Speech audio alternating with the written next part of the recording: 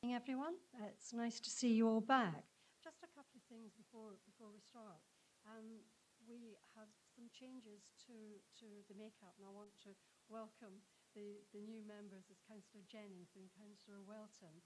And I want to offer my thanks to Councillor Gray and Councillor Corley for the excellent work they had done in the past. So welcome, and I'm sure you'll be a great asset to the committee. Thank you. If we can start now. Apologies. Sorry. So we have apologies from Councillors Corney and Slade. Thank you. Minutes of last meeting. Are there any comments or amends to be made to the last minutes? No.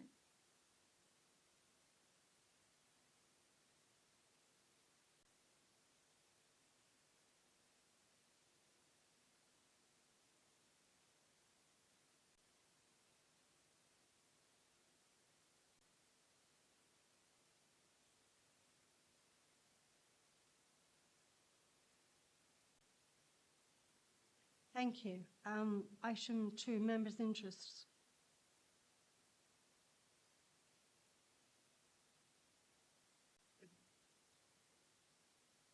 Just to let you know that I sit on the Huntingdonshire District Cricket Club, so just to make you aware of that.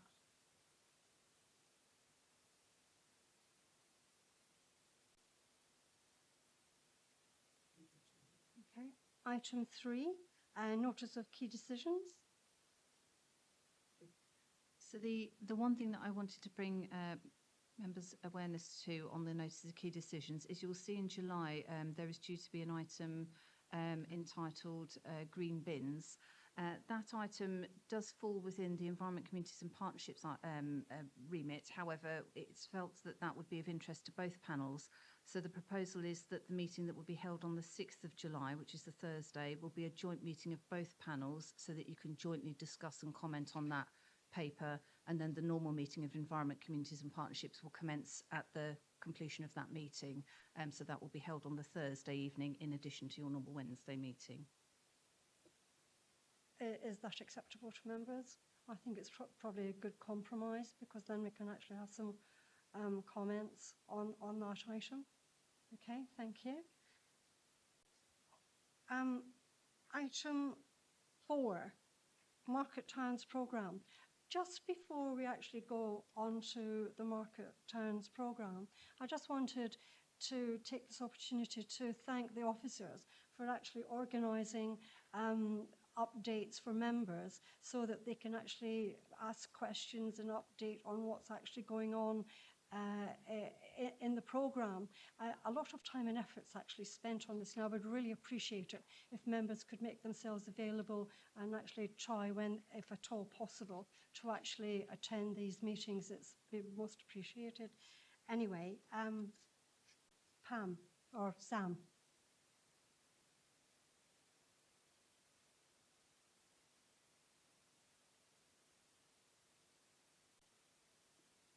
Or Pam and Sam again. Good evening, colleagues. This is the first of 3 papers you have from our double act this evening, which isn't quite a record, but is more than you might wish in one go. The good news on that front, though, is, I think, famous last words, but this Market Towns update paper may be briefer, at least for us to report to you, than some of them previously, given that we're not seeking any new delegations from Cabinet in due course. Therefore, nothing on which we need commentary. This is exclusively an update paper, and a lot of the content, partly as you alluded to, Chair, in introduction, is, I think, updating and confirming directions of travel people are well familiar with. But we are here for your scrutiny as you wish. But so more briefly than last time, You're aware, I think, that the final designs for the town centre improvements, which is language we're using rather than the more technical transport projects, which is misleading. Those have been pulled together. I know many of you have looked at those. Those are subject to some final discussions with the town council around mode of publication. I think we're meeting with them next week. So later this month, those will be entering the public domain, and as we've discussed with members of this panel in other places, we'll certainly be giving you advance notice of the more detailed comms planning around that. The report flags that comms, as we approach the delivery in the sense of spades in the ground in the coming months, is of a particular focus, given the potential for inconvenience and practical implications for those businesses as well as other users of the market square while building work is underway. The timescale that we're anticipating on the building work commencing, as is set out in section 2 of the report, is autumn rather than end of the summer. And that's because we've deliberately taken an opportunity to take a bit more time before commencing with the procurement to reduce some of the risks that may otherwise have arisen and associated costs at a later point. Happy to discuss that in more detail if that's of interest. There is, after we had a significant discussion last time, including in private session, there is not much new about the Old Falcon in this public report. I hope members will appreciate the need for sensitivity on that, but we are anticipating a fuller discussion in private session next time we come on that one. There is progress on the Priory Centre, so we've undertaken a procurement process. We're not able to announce the outcome from that, given we're in the standstill period before formal appointment. But we are, I think, if I've done my math right, prior to the meeting of Cabinet. So by Cabinet, we should be able to provide a little more information on that point when this paper reaches it. Otherwise, the funding allocations in Huntingdon as well as St Ives and some other projects in St Neots that we were seeking approval from the Combined Authority to repurpose funds for. We've secured those approvals on projects that the panel will recall us discussing. I just draw your attention to the section on digital wayfinding in the report. So we discussed this on a couple of previous occasions here, and our interest in looking again at the project for which funding existed but hadn't been taken forward. Some really helpful constructive criticism was raised here at earlier stages, which has been helpful in that tyre kicking exercise, if you like. There is supporting the paper in an appendix is a fuller set of slides addressing some of those points and setting out the sort of what would be the revised digital wayfinding proposals, and there's summary in the report, as you see. We have yet to make a final decision on it because we're seeking to conclude discussions with some neighbours who we've identified are using this or progressing to use it in Haverhill and Ely. Not immediate neighbours, but they're the closest we've found. So we would intend to make a final decision informed by those conversations. But I think it's fair to say that we feel that a number of the challenges helpfully raised by the panel previously we've got addressed in the options set out in the paper. So we're not, I think we don't have time to run through that as a proper presentation separately, but any comments on that would be helpful. And otherwise, in Ramsey, work's underway to establish exactly how to most effectively to spend the 1.1 million we've secured there. But one way or another, it will be made use of in terms of the options there are discussed in the paper. And you've got an update of the finances against the general funding sources, so not linked to projects or anything more specific in the public paper, but you've got an update there in section 3 of the paper. And finally, I just draw your attention in the appendix within the paper to just the list of projects that town and parish councils put the Vibrant Communities funding towards, which we discussed here 2 or 3 quarterly reports ago.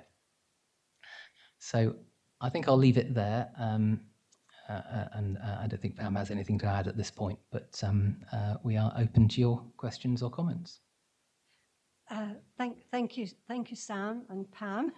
I thought it was a very good paper. Councillor Gardner. Thank you very much, Chair.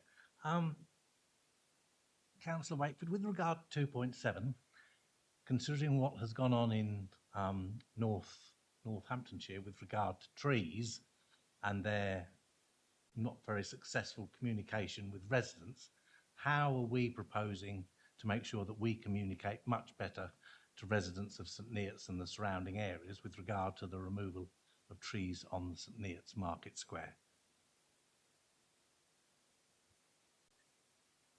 It is an extremely good question that is live on our minds for exactly the reason Councillor Gardner raises. But I think the answer is preempted by the section in the report. So I guess in the first instance we are thinking proactively about it because of the risks of it being misconstrued.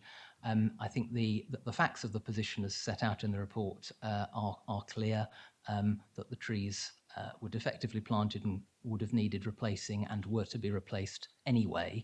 And we've got more trees of a part mature variety going to be installed, which is in fact going to be an improvement. But the question around how to achieve the communication is by planning it carefully, essentially. Pam may wish to add on that, but I hope that's reassuring that we are intending not to be taken by surprise on the matter.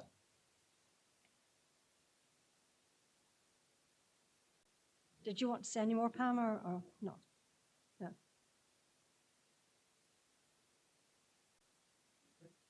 Sorry, technical problems. Sorry, Chair. I was just going to add, if I may, that we have a regular weekly meeting with our comms team about all elements of the Market Towns programme. And this has been a topic of discussion over the last few weeks on actually how we communicate. As you will know, we do a bi-monthly newsletter trying to sort of track the progress on these quarterly reports. What we're intending to do is to do much more of a regular update, probably a monthly update, I think is what we're currently envisaging, much when we sort of start the end of the procurement process onto a start on site. So that people are very aware. Obviously, on an individual basis, we'll be consulting face-to-face individually with all the businesses around the market square, the residents, and obviously anyone else that's sort of on our sort of mailing list that is actively interested. But I think that we actually are very conscious of the sort of the issues that this will raise, and so therefore we're very much trying to publicise the positive, that we're not actually removing the trees and replacing it with something else. Actually, we're removing them because they're actually unsafe, and we're going to reproduce with, reprovide with actually more trees than currently is actually on the square. Thank you, Pam. Councillor Pickering. Thank you, Chair. Firstly, I'd just like to say that I support the extra time that's been taken to consider the technical challenges prior to the procurement process being launched. I think that's a wise precaution that could well save us some time and potential mistakes in the long run. So thank you for that. Secondly, Councillor Wakeford has mentioned the sensitivities around what can be discussed with regard to the old Falcon. But I'm looking for some assurance, at least, that there is progress being made on that situation. And I'm wondering if there's any update at all that you can give us, or if not, at least to be able to give us an idea of the timeline on which we can expect to hear the outcomes of those discussions. Thank you. Thanks. Yeah, given the importance of the old Falcon to St Neots and the its prominence in the market square is clearly not proportional to the small number of paragraphs devoted to it in this report. So absolutely right to pick up a question on it. I think I can absolutely assure you that we are proceeding per the approach that we discussed last time on it, and work is proceeding on that. I don't think I can get into specifics for the reasons we've touched on at this point, but as I say, a much fuller conversation about that is, I think, would be actively helpful, so that you are in the loop on it in our next quarterly report. And if we plan a part 2 private session, then that means there is no inhibitions around more specific questions. So, sorry, that's not a very specific answer, but hopefully it provides a measure of reassurance. Thank you, Sam. Marcus, was that okay? Okay. Councillor Howell. Mine is more of maybe a suggestion than a question. It's regarding 2.16 and the public art within the town centre. It does actually link back to the 2.17. Could the wood from the trees be used as part of that project? So a public art using the trees might kind of soften the blow slightly. Yes, you may not be surprised. You're not the first person who's thought of that, but whether or not it would achieve softening the optics, people may have views. But it's certainly helpful as a suggestion. I don't think I can provide any certainty around taking that forward. But no, thank you. Councillor Martin. Thank you very much, Chair.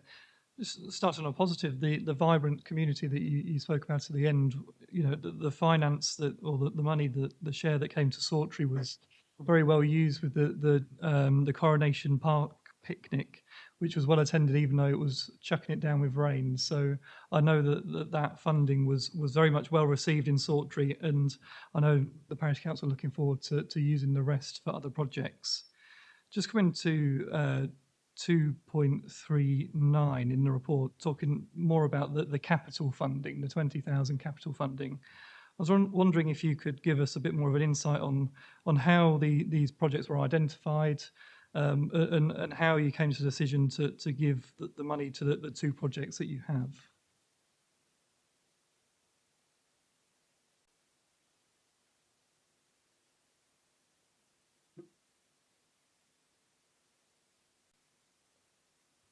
Yeah, so I believe I'm right in saying that this isn't first sight of the panel this evening. So we've touched on this in previous scrutiny panels, but Pam may wish to comment on the specifics. I think the Huntingdon bid obviously performs a valuable role for the town of Huntingdon, and certainly they maintain a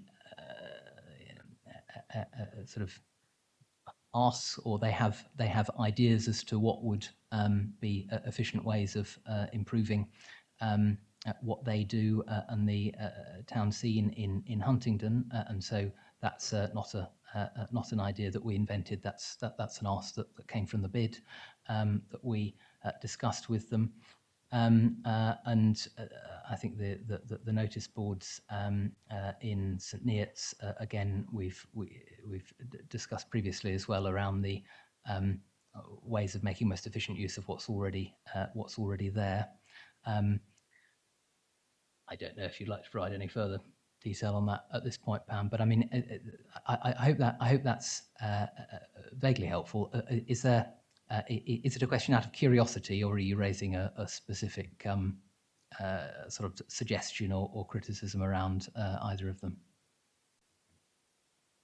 It's a bit of curiosity. Unfortunately, I wasn't able to attend the scrutiny panel where it was last discussed, hence why I'm bringing it up now.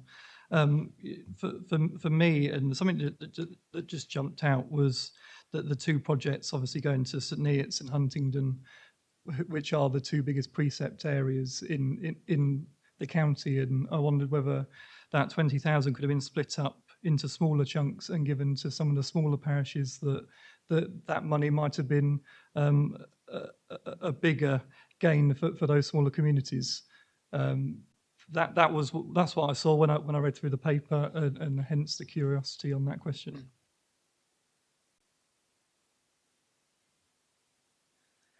Just to come back on the funding was it was a very small amount of 20,000 capital funding that had to be spent by the end of the financial year. So what we did as part of our regular engagement with the town councils was to canvass what projects could realistically spend that amount of money. Given that it's 20,000 of capital funding, it wouldn't have been able to be put forward to some of the larger projects that we would aim to try and deliver in the towns or and the surrounding area. So because of that, we had very few suggestions put forward for that spend, and that those two projects were taken forward as part of that analysis. If I might add as well, I think reinforcing that really, I'm very pleased Sawtry found the Vibrant Communities allocation, the revenue allocation, helpful, and I certainly attended at least one event supported by it in the district as well. But I think confirming specific proposals for using even that order of money was not straightforward. I mean, as those of you covering many parish councils will appreciate, as much as it is welcome to receive an opportunity of a sum of money, coming up with specific asks that meet funding criteria to use it isn't always as easy as one might think. So certainly there was a fair share across the district that we endeavoured to reach there. Thank you, Sam. Councillor Wells. Thank you, Chair. Regarding paragraphs 2.35 and 2.36, noting that the nomenclature of vision as opposed to master plan was felt to be possibly more appropriate, and that in 2.35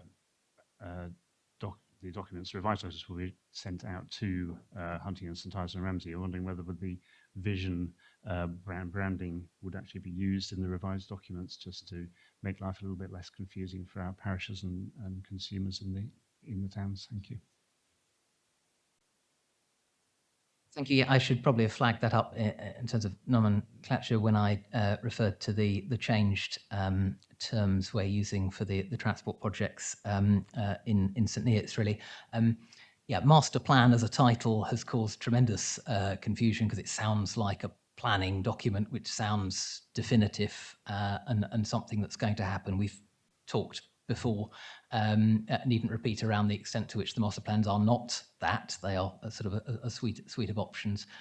So we've come up with vision as an alternative term. I take your contribution, Councillor Wells, I think as endorsement of that as a changed terminology. Any views to the contrary would be welcome, but I think we are minded to use that language to make clearer that it's possibility as opposed to a plan that we're somehow trying to direct through, because that is not the case.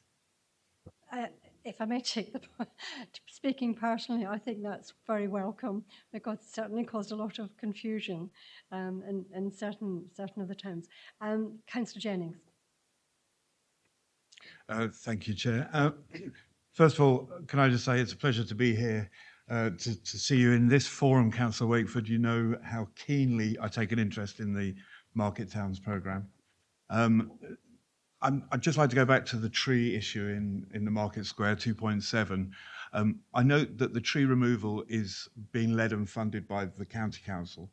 When the new trees go in, of which I take it are being funded out of the development project, who will have responsibility for the upkeep and maintenance of those trees? And if something was to happen in the future where those trees turned out to be causing another problem, with which authority would it rest the liability for getting it right? Thank you. So there is a county council contribution to the works. As to the precise responsibilities in future, rather than speculate, I might defer to Pam in case she has a clearer idea of the answer. But Yes, so as part of the budget for the development project, there's £250,000 been put into the pot by the County Council purely for the removal of the trees and a sort of associated works, and to some degree, some contribution to the replacement of those trees. At this present time, the working assumption is that it would be the County Council who would retain responsibility for the ongoing maintenance of those trees that get replaced. But if I may, I think it's a very good question because and an opportunity to provide reassurance to members that we have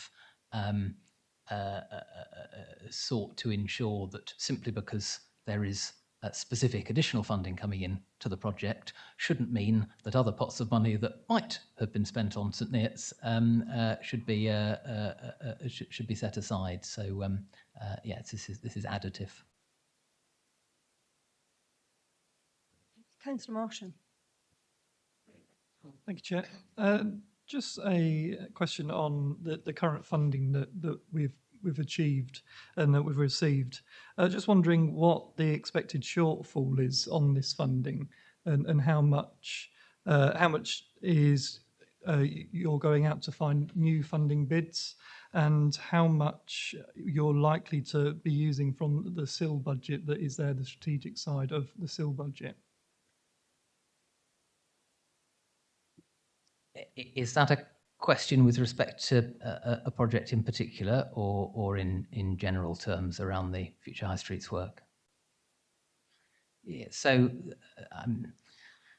I think the basic position is we are intending to spend all of the money, as Councillor Gardner may recall. I was happy to give him assurance of. Was it this meeting last year when I was slightly perplexed at the extent to which there might have been doubt about that fact? But we are planning to make use of all the resource that we've got. You made reference to a shortfall. Where, as I say, planning to spend what we've got and to do what we can. It would always be wonderful to have more money, but steps we're taking in terms of tighter management of aspects of the project are ensuring that we can spend the money we've got for maximal benefit. We have talked a number of times before around, obviously, the race against inflation and the impact on what the funding pots will get. So, Pam, I don't know if there's anything you'd like to add on that, but hopefully that's helpful sort of overview. Yes, happy to add. So one of the reasons why there's been a delay in going out to procurement specifically on the live town centre improvement project was so that we could actually go over those sort of costs and be assured that we had a deliverable scheme, that the costs and also, more importantly, the inflation, the sort of the contingency and optimism bias elements to the budget were sort of, real and alive to what we're actually aiming to deliver. Also, one of the other things that we've looked at is materials. because part of having a deliverable scheme is not just having the required budget, but actually being able to source the right materials to deliver the project. So part of that delay has been about looking at sourcing materials, making sure the type of product we're actually using we can actually get our hands on to build out the scheme. Within what we know at this present moment in time, we believe that that scheme is deliverable. We feel that it has been scrutinised by our colleagues in the County Council and also sort of an external sort of quantity surveyor and also the Eastern Highways Alliance, who are the framework that we're going out to procure this project, have also had done some soft market testing. So we're comfortable, as much as you can do this side of a procurement exercise, that we've got a deliverable scheme and it meets the budget requirements. Delivering the projects in St Neots have always been interlinked. So we're always looking at the future high street funding, delivering the projects that they are looking to achieve, and we're always going to use that funding first, because the ticking clock is expiring first on the Future High Streets Fund. The way we've structured the other projects is very much as long as the improvement project comes in on budget, we then know what we've then got to still spend on the other the other St Neots projects. And then that would enable us that flexibility to look at the Priory Centre. So you'll see in the report, we're looking at addressing some short-term sort of endeavours before the end of this financial year with the Future High Streets Fund, and then subject to how the other projects have played out, we'll then know what budget we've got left, including what remaining SIL we have that we can then look to improve. And obviously we will take members through that process as and when we get to those stages. In relation to the SIL budget, I guess that's how we're looking at it. We've got a pot of SIL that we can draw upon for the St Neots projects, and at the relevant stages we'll exactly know what we're trying to achieve. As Councillor Wakeford has said, the governance of the Market Towns programme is such that we are scrutinising, every penny being spent, so that we're not overstretching and we are delivering something that is actually achievable for the residents and businesses and stakeholders of St Neots. The team's responsibility is always to look for other options for external funding. I've been having very, very early conversations with the Regen Programme Manager for Market Towns about the potential of Levelling Up 3 coming on the horizon again. And obviously the council would need to make a decision as to whether that's something that we want to progress.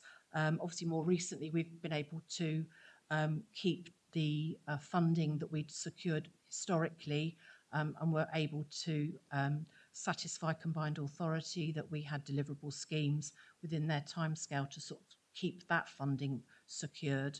The last bit of funding obviously we got was for Ramsey, which was the local growth fund funding, but we're alive to opportunities, and as the projects come out of the master plans and we look to see what we can and want to deliver out of those master plans, then we will look to see what best funding sources can be sourced for those. But there was always an expectation that it wasn't always going to be the public sector that would drive some of this regeneration agenda. Obviously, we have to work with partners in the private sector to look at ways of actually coming together and working together for some joint aims and objectives. Thank you, Pam. That was a helpful update on the Market Towns. And as someone who's actually directly involved with the Market Towns, I'm also very keen on making sure that actually the funding continues and we've got enough on it. Councillor Blackwell, sorry. Thank you, Chair. Sorry for a later question. Mine is concerning the digital wayfinding, because I read that the decision was pulled last year and we incurred abortive costs. Obviously, quite a glossy device, machines, but I do wonder if they sit probably more comfortably in an airport, and possibly we're at risk of vandalism in our market towns, and our beautiful machines may not last too long. And my proposal, given that we pulled the scheme last year, would be to actually stagger the introduction and maybe just take one or two at a time and then monitor progress. Because I think Ely isn't a fair comparison, because Ely is sort of quite a fabulous, cathedral city, and I don't think we can compare our towns, no disrespect, like for like. So, sorry. I think wonderful machines potentially, but I am sceptical about their longevity, and also whether we will incur maintenance costs thereafter. Thank you. I think our market towns are wonderful non-cathedral towns, personally, but obviously I take your point around the sort of tourism volumes.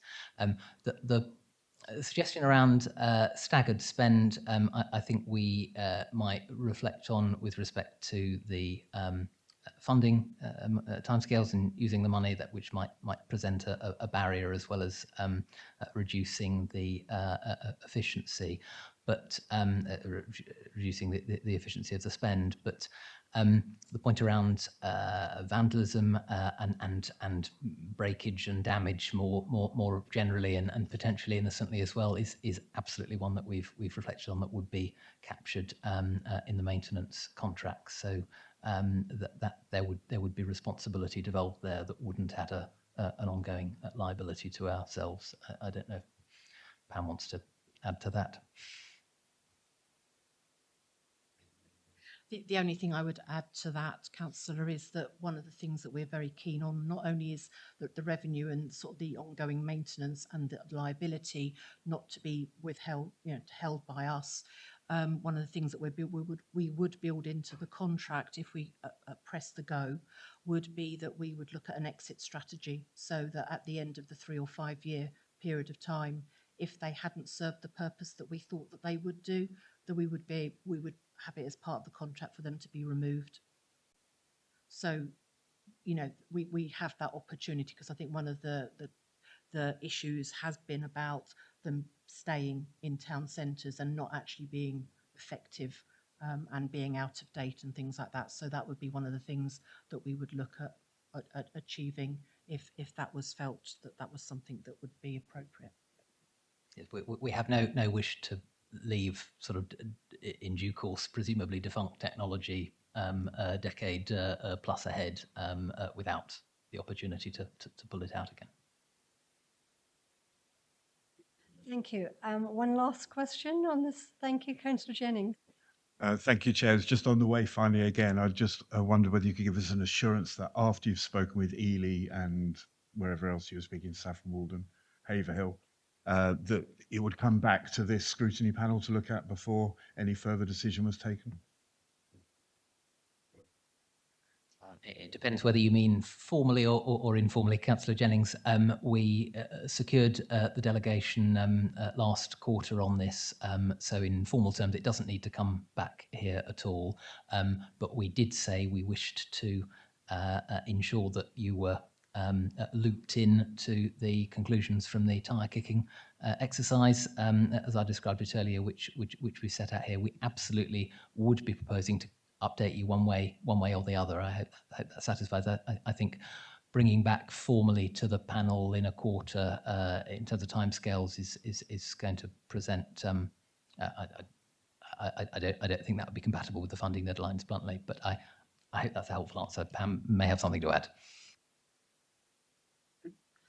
The only thing I would add was I concur that we would be quite happy as officers to do a briefing once we've had clear understanding of the feedback we've received from those two other organisations, and we'd be very happy to do that offline, conscious that we couldn't really wait until the next quarterly update, which is the reason why we went for the delegation previously, so that we could move at pace if as and when we did make that decision to be able to appoint a contractor to carry that work out for us. We are up against a funding deadline that we need to try and realise. Thank you. I assume there are no more questions. This is an update. I mean, thank you. It's very comprehensive. And I look forward to the next one. I think there's quite a lot of progress that's actually been made on the market trends. So thank you, Pam, and to the team. Obviously, lots of comments which will be taken into account and made recommendations, particularly on the trees and other comments that members have made when it goes to Cabinet. Can I just have a show of hands that everyone's happy for the comments that are recorded will go and we will support the paper or recommend the paper, please? Thank you. Thank you. That's great. Thank you. If you can move on now to item 5, midterm review. Thank you. So 40 minutes. I'm not sure how successfully they managed to keep the previous item short, though certainly not the longest discussion we've had on market towns. The midterm review of the housing strategy. So for a complete change of theme for the next 2 items. Members may recall, those of you who were returning, or be aware, those of you newly elected last year, we have a housing strategy from 2020 that runs until 2025, with a series, if I may say, a faintly unwieldy series of 32 actions in it, but very many of them sensible and very many of them things we're doing and things we've already done. We sought to find a sensible balance between merely reporting back in a sort of straightforward way around the 32 previous actions without regard to the extent to which facts have changed over the last couple of years, legislative landscape has changed, more information is available to us, a decade more recent census result, for example, and could just have focused on the report and said, well, worry about developments in 2025 at one extreme. At the other, we could have said, we're a new administration, so out with the old strategy and with a completely new one, and that would have been throwing sort of maybe out with the bathwater, and wasn't sensible either. So what we've done is struck a balance somewhere in the middle, or sought to do anyway. So we've got updates around, in summary form, around a number of the key actions in the existing strategy, and if you do want a stat, it's just over half of the actions in it already completed. But we've taken the opportunity to simplify some of the actions, to add some new ones, remove some duplication, and as I say, take advantage of the census data, which I know in other respects we're still tied to 2011, but some information is relevant from 2021, the Hearn report as well, that is referenced as well.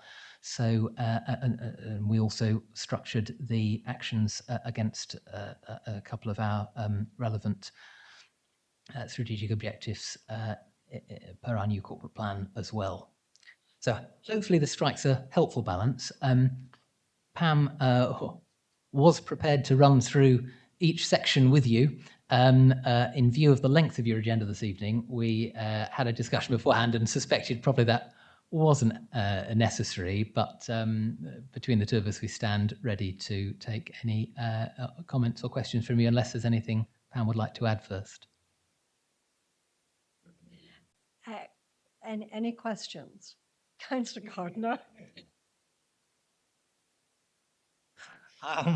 Thank you very much for that. On priority 1.3, key workers housing, how is the district council going to help farmers with regard to providing agricultural properties, homes for their workers? Because I have had only this week some questions with regard to that very issue, providing, agricultural homes and then trying to get planning permission through this authority. So I just wonder how you see that moving forward. Thank you. As the action sets out, I think initially more work to identify the level of need with key workers, and you're drawing our attention to an area of need. So that is very helpful. You're giving us a head start, Councillor Gardner, as the table. So I think you're picking up the list of revised actions at the end. So that's page 30 of the report, I think, rather than the pack. We'd then, of course, be exploring opportunities for taking advantage of that, for realising that demand. So if you've got tips as to particular organisations or representative bodies, we might make sure we're in touch with that would be of use, but either now or offline. I don't know if Pam wishes to add for the time being, but I hope that's helpful. Councillor Gunn, I'd just add at this stage that obviously we've been able to have one scheme already in Alconbury, and we've got another one currently being built out, and allocations are happening over time. In relation to the particular need that you're addressing, on one level we could look at rural exception sites, local housing need. Cambridgeshire A could do housing needs surveys in our rural areas to identify specific need, and I would imagine this type of need would be addressed through that mechanism. So that's something that's already in planning policy that we could actually tap into. I think it's worth saying that the definition of key worker is potentially changing to essential worker. And I would imagine that going through that process, there may well be that you could define locally what an essential worker would be for a district potentially, but some of that may well come through whilst we review the local plan. But for the time being, what we're looking to try and do is work with key employers, organisations, so that we actually get a picture of what the demand for key worker housing is across the district. Thank you, Pam. Councillor Pickering. Thank you, Chair. I really welcome the plans that are being made, obviously, to meet the long-term housing needs in the district, and there's rightly a focus in the report on delivering new housing. But I wonder if you can say anything about how the needs of existing social housing tenants are reviewed to ensure that they still need that provision. So anecdotally, I hear of families remaining in affordable housing long after their circumstances have improved. And so my question is really about whether to some extent we could meet some of our housing requirements by ensuring that housing is appropriately reallocated when needs change.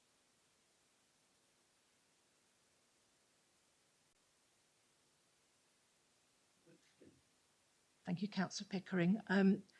This is a complex one, I would say. Obviously, our registered provider partners who manage our tenants are able to look at the type of tenancies offered. So historically, fixed term tenancies were suggested as a way forward to try and manage more effectively the residents in social housing. However, that's proven not to be it's proven to be over bureaucratic and actually doesn't really achieve those aims.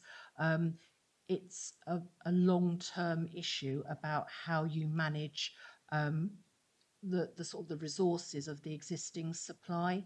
Obviously, existing social tenants generally have secure tenancies, and the balance of approach is that we would obviously want to look at sort of balanced communities and things like that. But I take on board the comment in relation to trying to make better use of the existing supply. One of the things that we can look at doing is working with our registered provider partners to look at the levels of under occupation, for example, in the social housing sector, to see if there is anything that we can do working alongside our colleagues in housing needs from an operational perspective to try and encourage people to give up larger properties. But you're only ever going to get a small cohort of people that are actually prepared to move and give up larger family homes.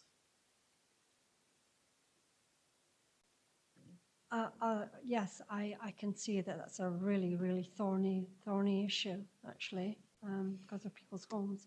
Are there any other questions? Councillor Harvey. Thank you, Chair. The Disabled Facilities Grant Review that's mentioned on page 81 of the agenda pack says that we should link it to the Better Care Fund policy framework. Is that going to be a part of the 23-24 review that you've got planned, or is it going to be a separate exercise?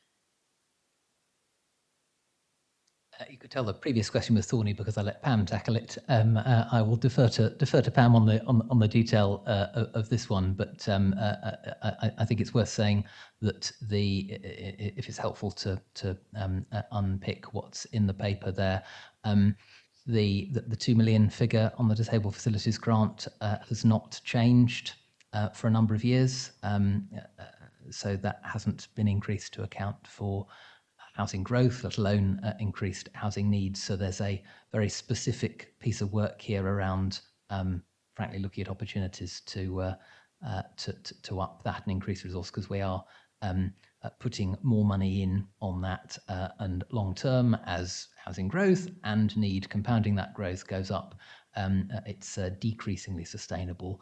So the action listed here absolutely is within the year as set out in the action, the reference for which I may be able to give you.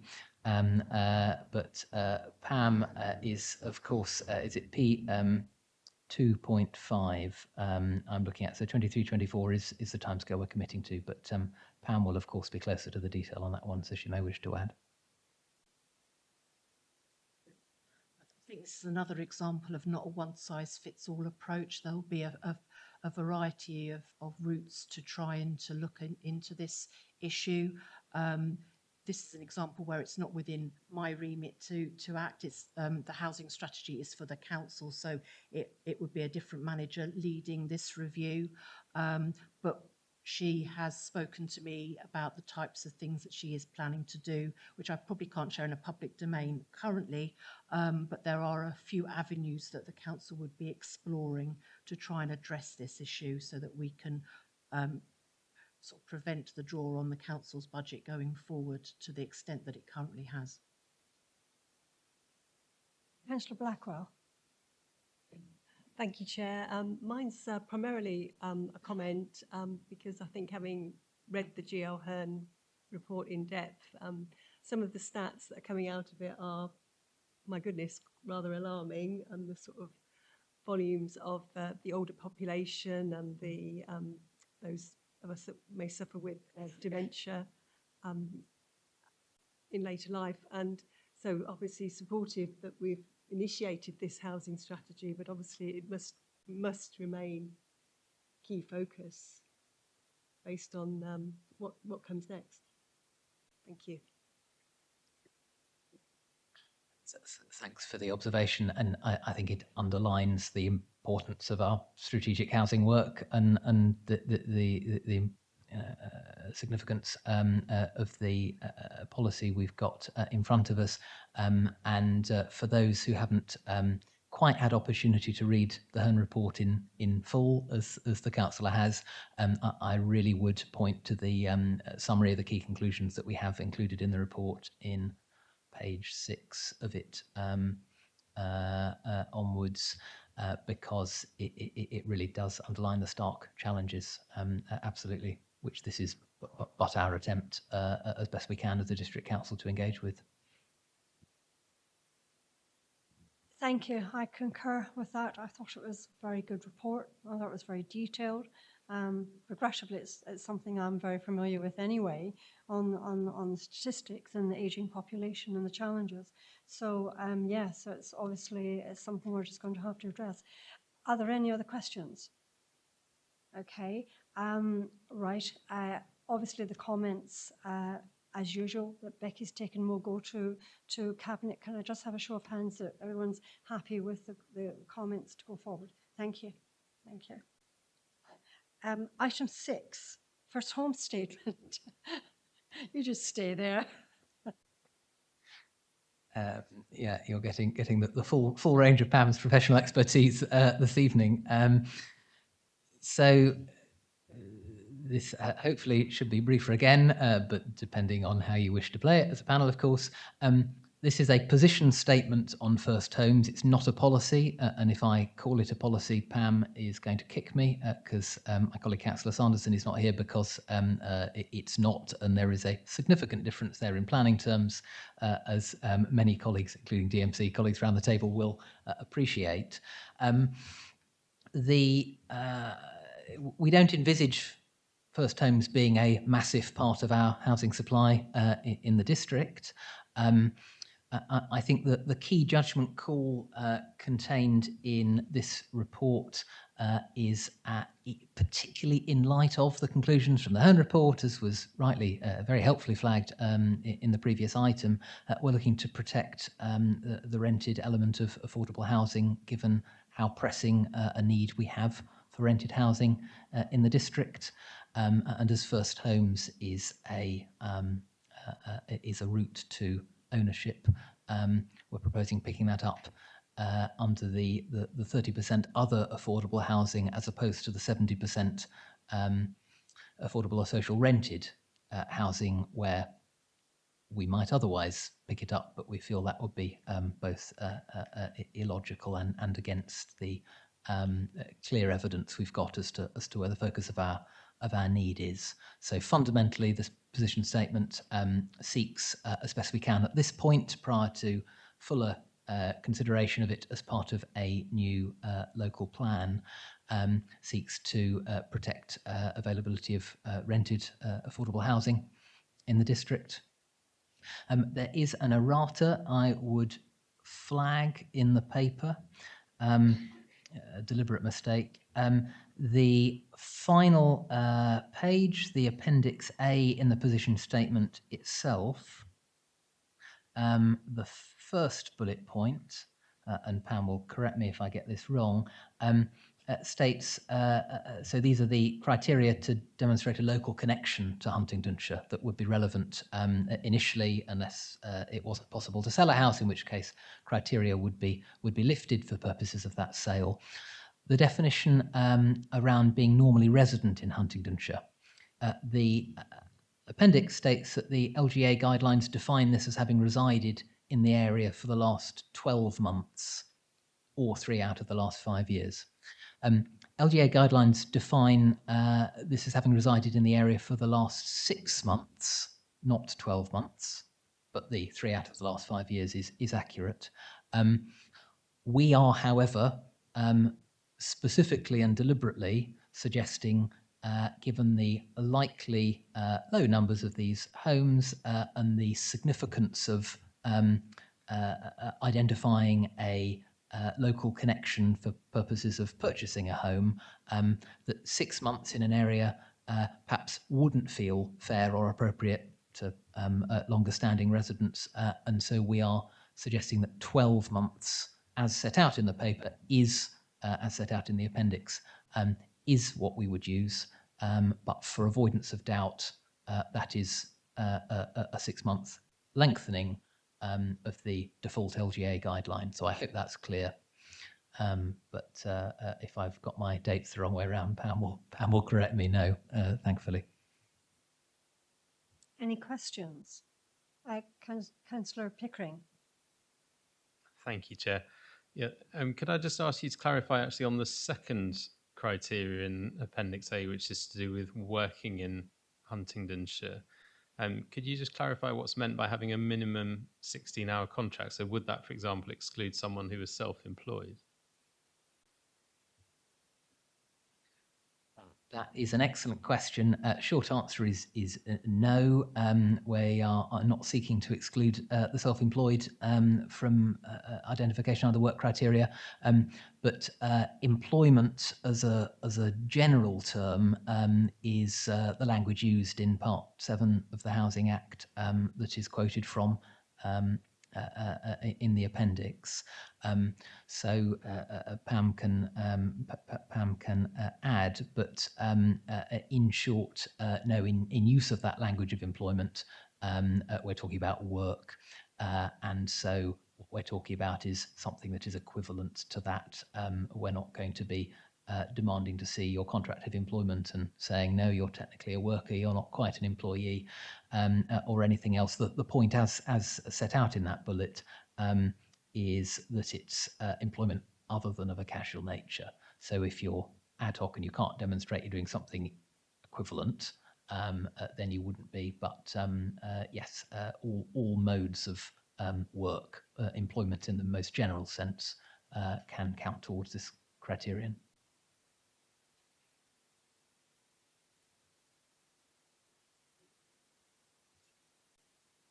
Thank you. Councillor Blackwell. Thank you, Chair. I just wanted to move on to point 3 of Appendix A, because obviously you confirmed the limited supply, and I do think we need to be tight on this to support the residents of Huntingdonshire, and the idea of adults moving to their brothers or sisters who live here but to benefit from a home. I think that really need to be sort of tightened down and probably reconsidered. There are a few areas that probably open to abuse, and as I say, as you said, we must prioritise our local people. Thank you. Thank you. So the inclusion of siblings there is drawn from the LGA advice. As evidenced in the first bullet, we aren't bound to follow that, but that's our starting point. These are difficult judgment calls to make, and we may all be able to envisage in our own personal lives, let alone in terms of examples of our residents, how the nature of family connections and relationships at different different points in the family structure can vary.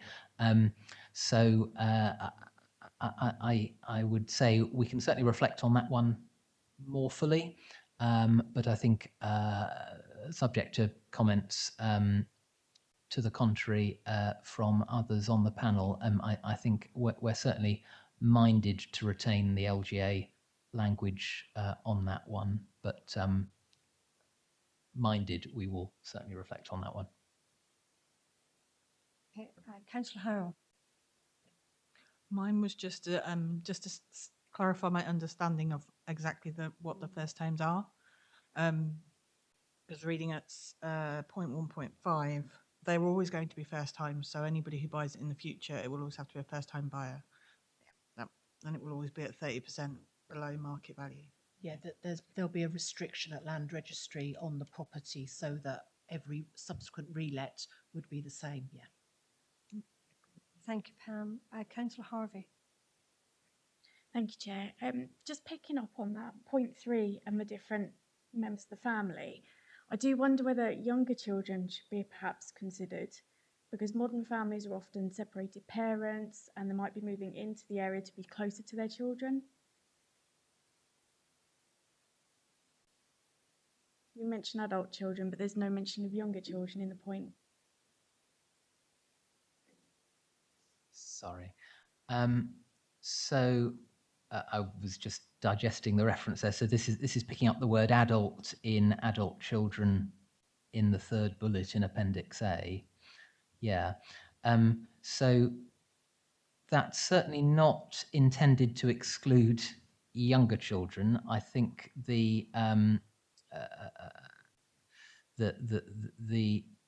exceptional circumstances in that bullet, and then alternatively, perhaps the more complex family circumstances that you're describing that might fit into the fourth bullet, I think we'd envisage being covered to that. So the use of adult is not intended to be exclusory there, unless Pam wants to comment on it. I think we can take the comment back to consider if there's a clearer way of capturing that to provide that assurance. But as is stated, I think in that bullet itself, all cases will be considered individually, and so we certainly wouldn't wish people to be precluded from applying based on concern that their children are too young. Councillor Martin. Thank you, Chair. Just following on from Councillor Pickering's point, obviously in the modern era, more and more people are working from home. So how does working from home fit in with the LGA guidance and with this statement in full?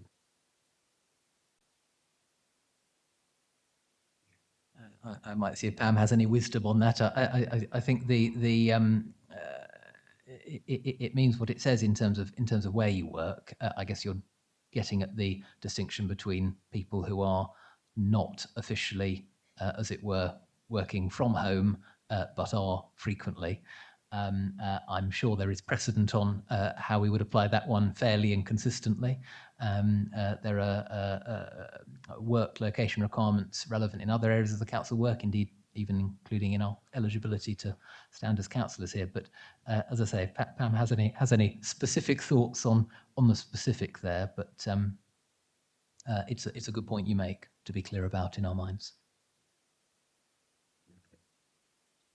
I think the local connection criteria is trying to pick up the live-work argument. So obviously if someone is working from home in Huntingdonshire, then they would satisfy that requirement because they're living here and therefore would be eligible. If they are working somewhere else, sorry, if they're living somewhere else and working for an organisation in Huntingdonshire and are actually wanting to move here, then they would be picked up under that work connection. So the fact that they work remotely wouldn't prevent them from applying as long as they could satisfy that they had an employer based in Huntingdonshire.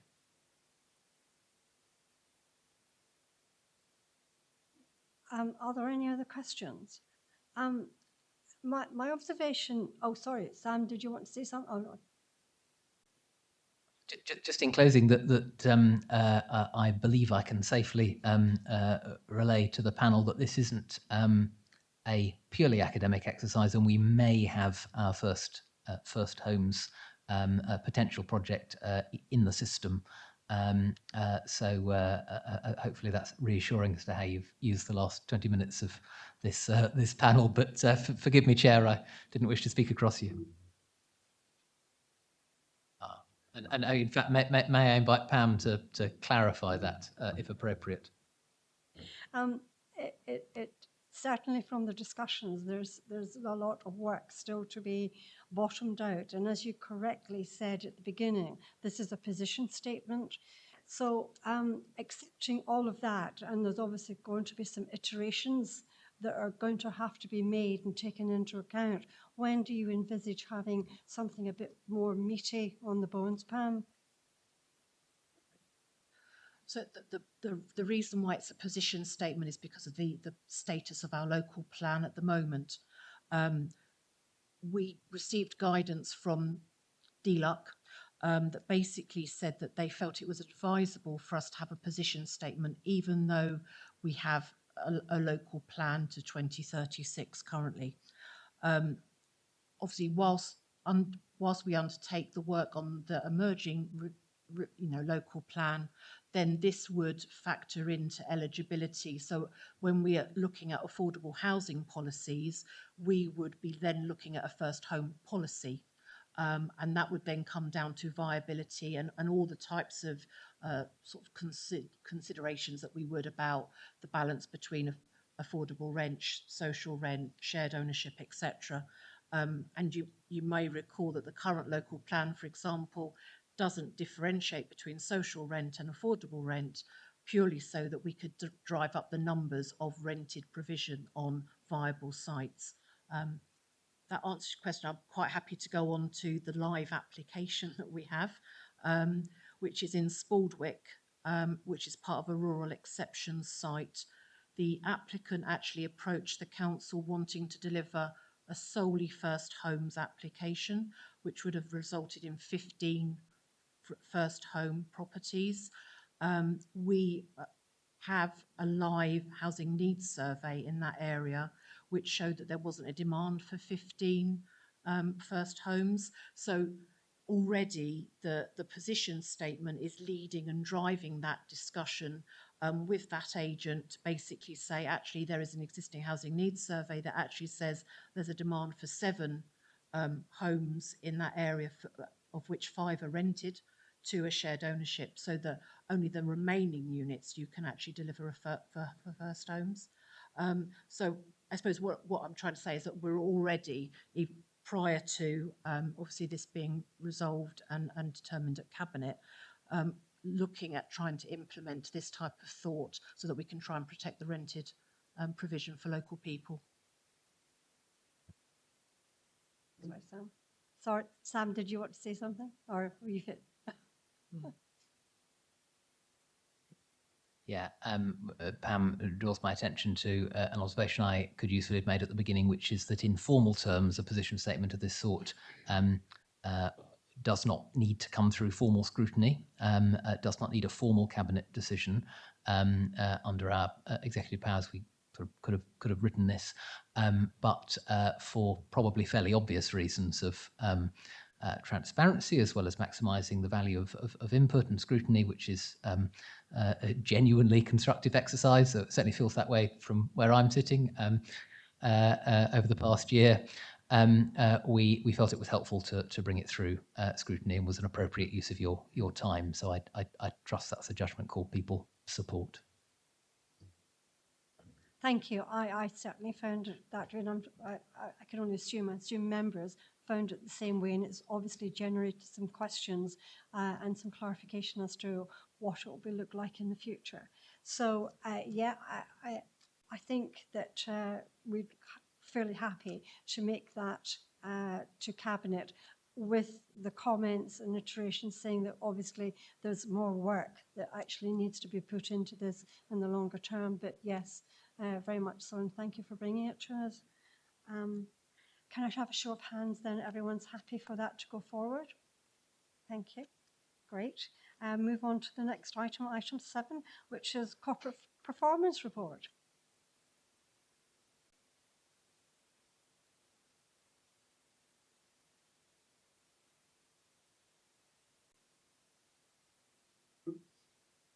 Thank you, Chair. So a year ago, as a newly elected district councillor and a newly appointed cabinet member, I had the pleasure of delivering the 21-22 outturn report, which reported on the performance of the last year of the previous administration. And straight after election, I was reluctantly forced to concede that the previous administration had done a decent job by the people of Huntingdonshire. So it gives me great pleasure today to report the first outturn report from this administration, which I think demonstrates quite clearly that we've taken the decent performance we inherited and improved upon it. Obviously, that was challenging. We were a new administration. Some people called us a coalition of chaos. I think that's not fair. We had a new executive leader, a new and largely inexperienced cabinet, including myself.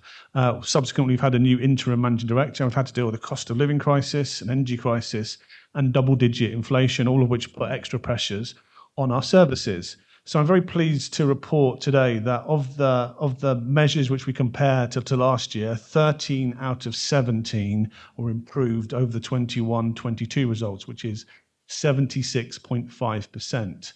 Of the 4 where performance did not improve compared to 21-22, 3 were affected by unavoidable external factors. Services met or exceeded the majority of their targets in 22-23, and the highlights include the following results. So aligned with our corporate objective of improving the quality of life for local people. PL14, we increased the number of tenancies at One Leisure Active Lifestyles by 23%. And then PL15, the total number of missions at One Leisure increased by 20%. In terms of creating a better Huntingdonshire for future generations, we've just talked a bit about affordable housing and social housing. PL19, there were 456 new affordable homes delivered in 22-23, which was only an amber target, but it was 46% higher than the 311 affordable homes delivered in the previous year, and is the highest number that this council has delivered in the last decade. And often we've obviously had continuing struggles with planning, but planning is heading in the right direction. So PL 22 and 24, the percentage of major planning applications processed on target was 87%, as compared to 81% the year before. And the higher proportion of household extension applications were also processed, so 91% as opposed to 81%. And in terms of our third corporate objective of delivering good quality, high value for money services, PL12, less than 1 in every 2,000 bins was missed, including me once, in 2022-23, which is 21% lower than the previous year. And PL27, again, on an amber target, we completed 72% more food safety inspections than in the previous year, which I think is good performance. So it would be. I could take political credit for all of this, but actually it's down to lots of hard work from the officers and staff who've carried on delivering excellent performances. So we should thank them for that. And it's worth noting that this is the last outing of this report, which measures the performance using criteria set by the previous administration. As a final item tonight, or the penultimate item tonight, we'll be looking at new target setting. Thank you. Thank you. Any questions? Yes. Councillor Jennings. Thank you, Chair. Thank you for the report, Councillor Ferguson. I'd like to look at PI6 on page 126, which is the proportion of council spend with local suppliers. I didn't quite understand why there's no target here, because it's talking about local spend was down on last year, but to understand the reasons behind that, no target was set. That sounds like that's setting the target at the end of the period when you've seen that the outturn is 2% down on the previous year. So that's one point. The other point is that you've then given it a not applicable status because there was no target set. Yet there are 3 other performance indicators where no target was set, where you've given yourself a green indicator, even though there was no target to measure against, in numbers 16, 18 and 21. So I'll let John answer most of that, the difficult bit. But I think that's the problem with not having targets set. And what we're going to try and do later tonight is set targets for all 27 of our performance indicators. So I take your point, and it's always difficult. What we're going to do later tonight is we're going to set intervention criteria and define what green means, what red means, and what amber means as well. So I think these confusions are artifacts of the last report and things that we hopefully can resolve going forward. John, do you want to have something on that? Yeah, I will. So alongside the performance there that you've got around that percentage spend with local suppliers, work's been done in year to audit our activity on that, to look at how we actually do that spend, how we calculate those numbers. And as a consequence, that audit has thrown out some actions which are now in the corporate plan for this year. So in the course of this year, we'll be looking at how we can calculate that data, how we can pull that together, and how we can report back on that as a performance figure. There was no target set because this was a new measure for us. We didn't quite know where we would place ourselves during the course of the year, so it seemed appropriate not to have that target in place. I think as Councillor Ferguson's indicated, for this year, the performance 27 measures that we've now got in place, every single one of those will have a target set and an intervention level. So I think some lessons have been learnt, I would say, as a consequence of that finding. Even if those targets sometimes are going to be like finger in the air, trying to, monitoring for a year. But I think I agree with you. It's important to always have a target. Councillor Jennings, just to add to what John said as well, I don't think any of us would accept that that level of spend with local supplies is where we want it to be. So just to be really clear, there's a commitment in the corporate plan this year to refresh our social value procurement policy with a view to trying to make sure we get more of that benefit retained locally. So I just want to put that on the table too. Are there any other questions? Oh, Councillor Pickering. Thank you, Chair.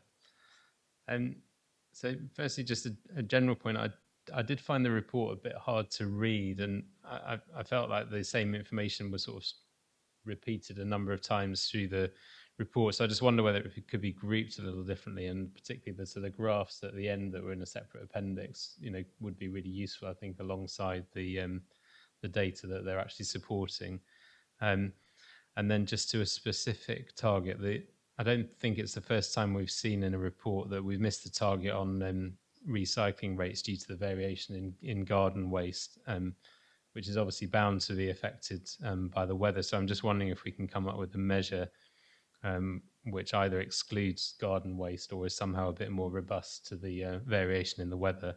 or even if we could just include on the graph a line which shows some of the absolute figures so that we can see how the percentages vary as the overall amount that's collected changes. So firstly, I agree with you. The report is very difficult to interpret, and so a year ago I was slightly stunned by the whole thing, to be honest. But we've got used to it now. What we're going to show later on is a completely revamped report, which is much easier to understand and also tied to corporate objectives. In terms of the waste stuff, I think if you look at the commentary, it is split out in the commentary slightly. But when we talk about the targets later on, we're going to set a different target, because actually the recycling rate is not the thing we should be tracking. What we really want to track is the amount of waste going to landfill. And so we want to prevent people putting lots of waste into the system. So we want to reduce the waste while keeping the recycling levels high. So I think, that's, if you look at our performance against other councils, are right at the top of that. It's not something I think we need to focus too much on. I think we need to focus on, as we've set in the targets later, and reducing the amount of waste that we put into the system, which is better aligned with our actual objective. The recycling only by itself has always been a bit of an odd measure, I think. Any other questions on the report? Wow, goodness.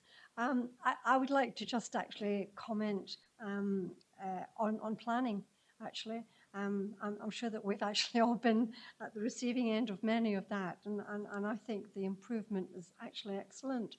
I mean, I know we've still got targets, and better is always the enemy of good, but well done so far, and well done, and thanks to the staff. I think they've done an excellent job. If you pass that on, John, thank you. Okay. If there are no other questions, we can move on to item 8, which is the finance report. Thank you.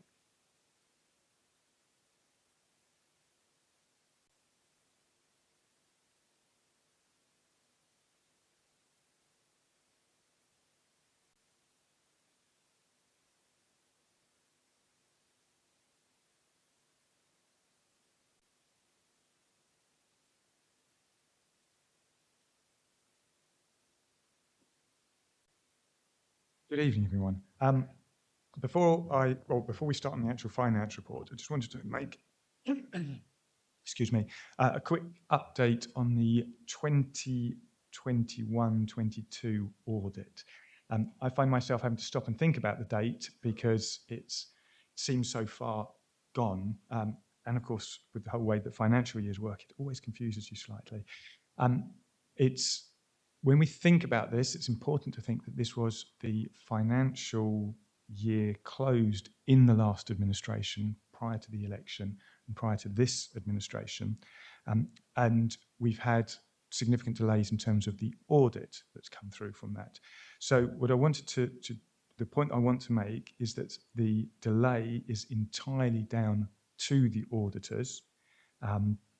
And the delay has been permitted by central government in terms of changing the required reporting timelines, and that there is nothing in the delay that puts any impropriety to the previous administration or to this administration or to the finance team. Sometimes when people talk about audits being delayed and so on, can start to have sub-stories or narratives that come around it that can be unhelpful. I just want to make that clear to this panel that isn't the case, and it is purely just down to delays with the auditors. So, Karen. So, we've presented, we brought to the committee the Q4 outturn for 22-23. As Brett said, we're getting confused on which financial year we're actually operating in at the moment, but this is for 22-23, the year we've just finished. Council's net expenditure for 22-23 was 20.9 million, an underspend of 476,000 against our budget of 21.4 million. So quick calculation on that is we underspent by about 2%. The underspends arose because of higher interest rates received on our bank balances and higher prices that we received for recycling income, both external factors which benefited the council but actually aren't under our control. To a lesser extent, we did benefit from factors which are under our control, such as leasing out the excess office space, procurement savings, and managing our establishment costs, our staffing costs. But it wasn't all good news. We had some pretty horrible costs, particularly electricity costs, which went through the roof. The impact was felt particularly badly in our leisure centres. Swimming pools cost an awful lot to heat. And also our temporary accommodation costs significantly exceeded the subsidies we received from central government. And also, like the rest of the country, we had to bear high increases in inflationary costs. It's fair to say these are all challenges which will be carried through to the new budget year, and we're continuing to tightly monitor those. Looking across at capital expenditure, our expenditure in year was very low, as we reported previously. We started the year with an approved budget of 42 million, of which we only spent 10 million. A variety of reasons for this, including delays due to COVID.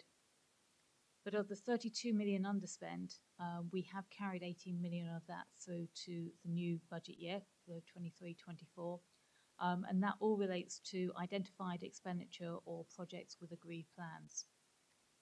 We did a review of the remaining projects, and we haven't carried forward budget amounts for those, either because the spend is already included in the new project for 23-24 and is already included in the budget, or there's no longer a need for the expenditure, or there's no current plans exist for the project and no activity is planned for those. Some of the projects had rolled forward for multiple years, and with my CFO hat on, I would like, I'm not happy carrying those forward as budget amounts unless there are solid plans behind them of which we can control expenditure against. So that's the reason for those not being carried forward to future years. That's pretty much what I wanted to say on the report. There is lots of detail in it. I don't want to duplicate all of that. But welcome you to comment on it and ask questions. Thank you, Karen. Are there any questions? Councillor Harvey. Thank you, Chair.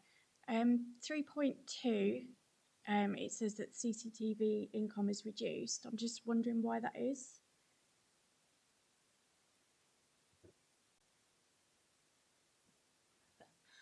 It's a small reduction, and that's due to them not getting the additional variable income that they thought they might be able to achieve in year. Councillor Harvey. Sorry, in 3.3, it mentions the A14 contributions being paid in full. I'm just wondering why we haven't paid that in instalments. Is that down to interest savings? Yes, it is, but it's less interest savings, more that we could benefit from discounted cash flow benefits to us now. So originally the A14 contribution was £5 million from HDC and £1,050,000, which was a balance transfer to us from Cambridge Horizons. That was money that we already had in our bank account. The contributions were to be made over 25 years, so effectively £200,000 a year for our element, £42,000 for Cambridge Horizons. By paying the Department for Transport in a lump sum payment up front, they applied discounted cash flow to that based upon annuity rates at the time, which meant that rather than paying out £6 million and having to account for MRP in our revenue budgets for the next 25 years, we were able to pay out only £3.8 million as full and final settlement of that. We did various cash flow scenarios, calculated net present value, and this delivered a significant financial advantage to us now and helps our revenue budget going forwards as well. So that's why it was done. Thank you. Thank you, Karen. Any other questions? Oh, Councillor Jennings. Thank you, Chair. And firstly, can I thank the Section 151 officer and the Executive Council for a very comprehensive and interesting report, and indeed they gave me the opportunity to have a briefing a couple of weeks ago where I was able to ask lots and lots of questions, which you'll be pleased to know I won't be replicating tonight, Chair. And there's some really good news in here as well. You know, the fact that the overall position has come in within the budget that was set, and particularly the extra income from recycling credits, I think is very, very pleasing. I did just, on re-reviewing my notes when I got back, I did find one question that I'd like to bring up, and it's about leisure and health overspend, where it's got increased costs due to electricity, which is understandable. We all know what's happened to the price of utilities during the year. But in the detailed report on page 201, under the St Neots Leisure Centre, and apologies for talking about St Neots again, but it does talk about that they made a saving of 60,000, made up of utility savings of 50,000, which didn't seem quite consistent with the fact that we were spending much more on utilities everywhere else. I didn't know whether that was a typo or whether it really was, or whether we just over budgeted in St Neots. Thanks. I'm going to have to come back to you with an answer on that one because I don't have the detail to hand on that, but I will look into it and check. Thank you. Are there any other questions? Oh, Councillor Blackwell. Thank you. My question is concerning the council tax arrears in the final section, which are acknowledged as high, with £1 million of sort of aged debt there. And I was looking at your provision of 611. I'm just wondering, or I suppose there are two questions really. You know, are we stepping up activities to try to collect these arrears, and is our provision likely to be sufficient? Thank you. So the provision that we've put through on the accounts is consistent with what we've put through in previous years, and equally I understand the debt position is at a similar level to what it would be in previous years as well. Having just been through with the auditors the 21-22 position, they are happy that is an effective provision to have in place. And there's no need to revise it at this point in time, but we will continue to monitor it during the year. And you know, we've looked back at the provisions that we put in prior years, and we do feel that now is a good time to review them. So we will be looking at that over the year just to make sure that it is still consistent and we understand the makeup of the balances that we put through there.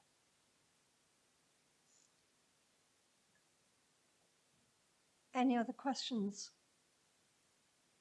Oh, Councillor Harvey. Just an observation, there's lots and lots of savings from staff costs where posts haven't been filled. Are they likely to be filled going forwards, which perhaps puts it at risk of an overspend in the future? I mean, I understand that some of it will be savings for agency costs, but not all services will benefit from that. The simple answer to that one is yes and no. So it is very dependent upon what we've put into the MTFS for 23-24. So when we built up the budget for the current year, we looked at the vacancies which were in our establishment last summer, so it would have been September time. And we said of those vacancies, any vacancies where there was no plan to recruit and there was no recruitment current, then they weren't to be carried through to the new MTFS. So some of those vacancies were ones which have been carried forward year on year, but that's not giving us an accurate reflection of our expenditure. So budget managers were instructed to review their vacancies, carry them forward. So some of those savings that we took last year will not be savings which are replicated in the current year because they haven't been budgeted. Does that make sense? So, thank you. Thank you. Thank you, Karen. Councillor Gardner.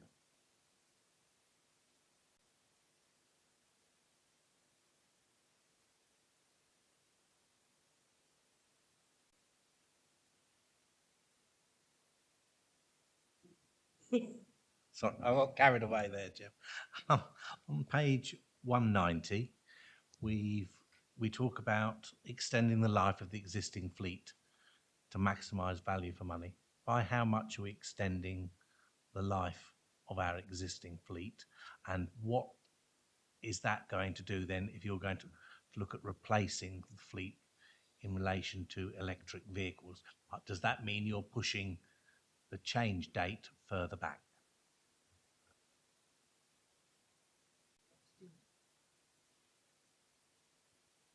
Karen, I can step in if you'd like, but I'll let you have the first go.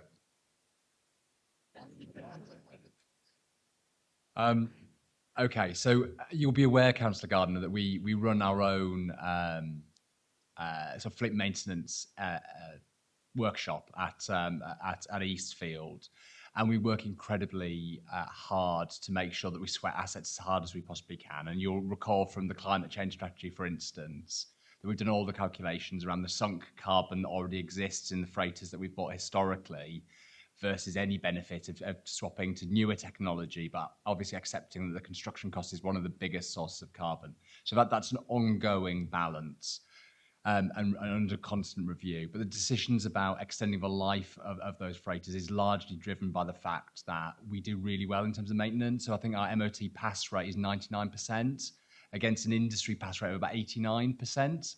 So considering the cost of capital, the fact, we've got to, bear the revenue strain wherever there's opportunities to extend that out, to, do that safely, we look to do that. So it's a really well-run depot is a simple answer. We're constantly keeping these things under review. But in addition to the operational sort of, industrial fleet, we've also got things like pool cars. And again, they're critical in terms of enabling people to get around the district, to, view sites and so on. I think the courses that we run are, I think, about 9 years old, but again, they're well maintained. The mileage is low. We just couldn't see any point in making the investments in some of those areas, and we've basically moved the can down the road for another year. So potentially a longer answer than you'd hoped for, but I thought you might find that useful. Are there any other questions, members? Thank you, Karen. That's excellent. I know you're reporting an underspend, and it's external factors, but I'm sure you and your team have worked very hard to actually achieve this as well. So thank you. We'll move on to item 9, Treasury Report.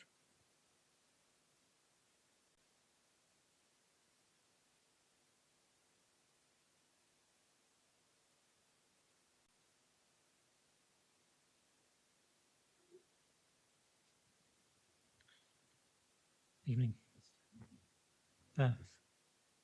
I've got the Treasury report, which is the third report for Treasury in 2022-23.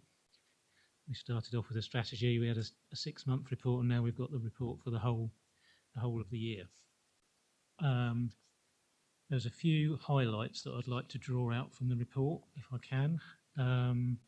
One was that we've continued our use of money market funds and the Debt Management Office, which is a government deposit scheme. That's broken down in table number 6, which you can see we've got at the end of the year we had 40 million with the DMO.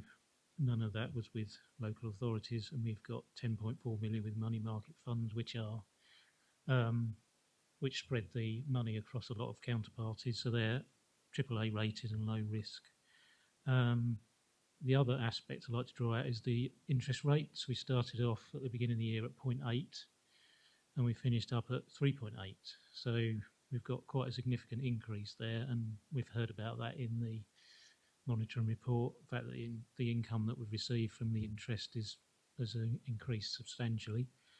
On the long-term borrowing side, we've reduced our long-term borrowing by 4.5 million, which is a result of paying back the loan we had with PWLB for the Places for People loan. Places for People repaid their loan at the end of September, so we paid PWLB back, and that's reduced our long-term borrowing. Our back to table 6 again, our net movement is down by 2.4 million. I'd just like to highlight that is actually 400 million invested and 398 back and not just 2 million.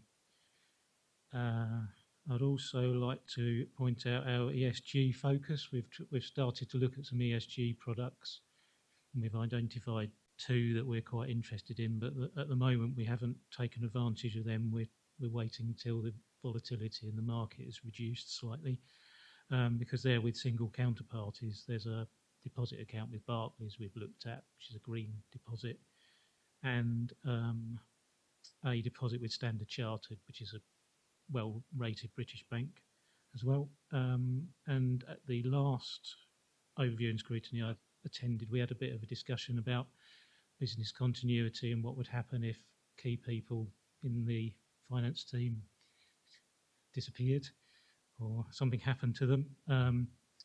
We had a bit of discussion, and I reported that we'd got a finance business partner who is interested and had started doing treasury, and I can report back now that he's just started a webinar course on treasury management, which will help to reinforce his existing knowledge. I think that was just about it on the key points. If there's any questions.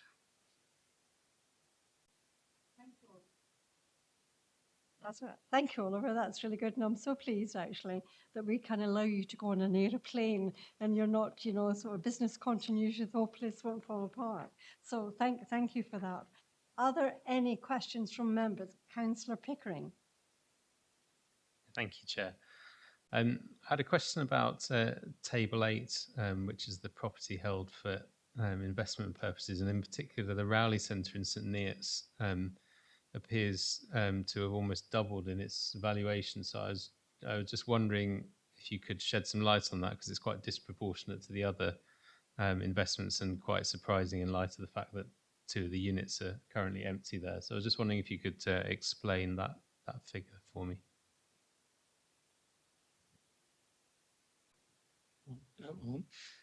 Yes, Cineworld, the valuation was based on a 50% rent last time it was valued, because they were on a reduced rent for COVID.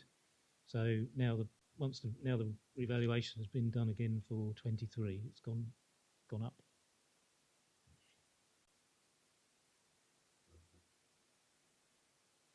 Councillor Jennings. Thank you, Chair, and thank you very much for the report. It's very good to see that our average rate of borrowing is less than our average rate of return, which is very unusual but nice position to be in. Can I just, and this may be a really stupid question, could I just confirm all of our borrowing is at fixed rates? Is that right? That's correct. It's all at fixed rates with a PWLB. There is a small loan with Salix, which you might have seen listed, which is interest-free. And yeah, the rate is low because all of our borrowing was done at least 3 or 4 years ago. So yeah, the rates are a lot lower than they are now. Councillor Blackwell.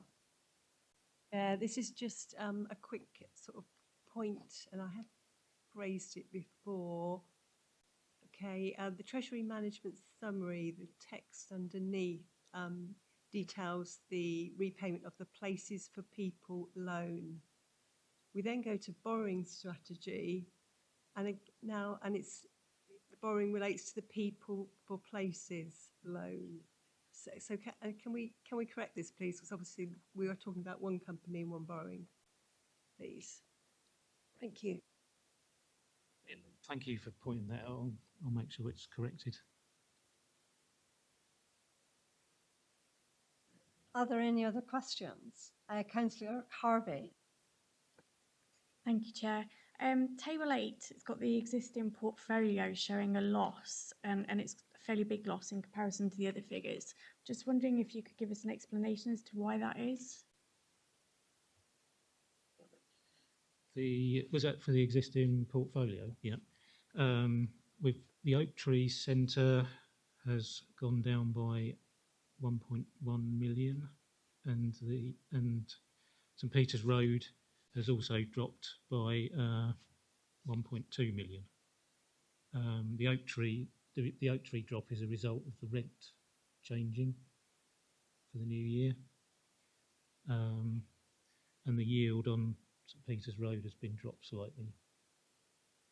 and we have got some new valuers, so they do take a slightly different approach sometimes to the previous valuers. So it's not surprising there are some changes in the valuations.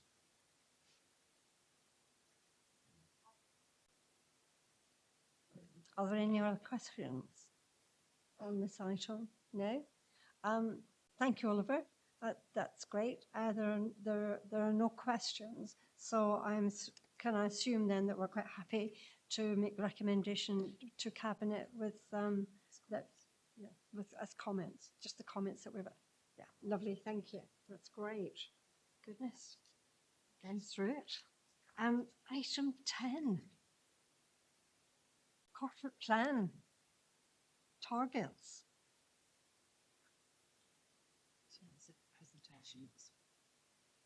This is in fact a presentation. I assume John's doing the presentation or mix or both? Joint. Double act.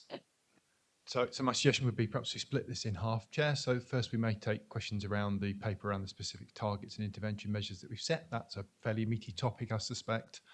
And then the paper also makes mention that there will be an update given to you on some ideas that we've got around how we'll do the corporate performance reporting in future. We'll do that as a presentation and take some questions off the back of that. So if that makes sense, we could flow through it in that way, Chair. So I'll just introduce the report then, Chair, if that's okay with you. So I think it's important to note with this that what we're doing now is we're not just setting targets, we're setting targets and intervention levels. So Councillor Jennings mentioned earlier about an example where we didn't have targets and some of those things were amber and some of them were green. It's all a bit arbitrary. So what we're doing this time is, for the first time, all 27 performance indicators will have a target, and they've also got a defined level at which they'll switch to amber and red as well, which I think is really helpful. I think that's been a problem in the past. Obviously, targets are arbitrary, but in setting both targets and intervention levels, we've tried to be as scientific and evidence-based as possible. Although in a few occasions, that means we've had to kind of guesstimate for the first year, but we've set targets anyway. These are not final targets. We're happy to review them, especially in relation to performance and future evidence. And if you read through the targets, you'll have noted that each of the performance indicators is now explicitly aligned to delivering one of our 3 corporate objectives. So improving the quality of life for local people, creating a better Huntingdon share for future generations, and delivering good quality, high value for money services.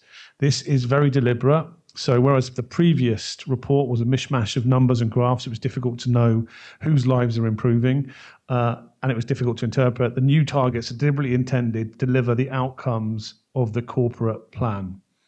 And so John will go through some of the ways we're going to explicitly do that in the reporting later on. Another issue with the previous report, and you'll see from John's presentation, is that we only ever presented spot values, which is difficult because we want to see trends, we want to see how things change over time, and we want to spot those measures which vary seasonally. For example, like temporary accommodation, we need more of that in the winter than we do in the summer, as a good example. And, and have to report this 4 times a year, and you'd have to do the same explanations again and again, it gets tedious. So we should be able to see by plotting time varying graphs for all of those things in the future. So as part of this target setting, we've increased the number of targets. There's 9 new targets. We've increased the targets, sometimes substantially, for 6 of the measures. 4 of the targets are the same as they were previously. And for 8 of the targets, which I'm sure we'll discuss later, the target is slightly lower. I think there's good reasons for doing these things, and mainly that's to do with changing the focus on delivering outcomes. So quite often we've introduced an extra measure which better suits our purpose, but we can talk about that in a second. And the intention is always to drive better performance and deliver better outcomes for our residents. Thank you.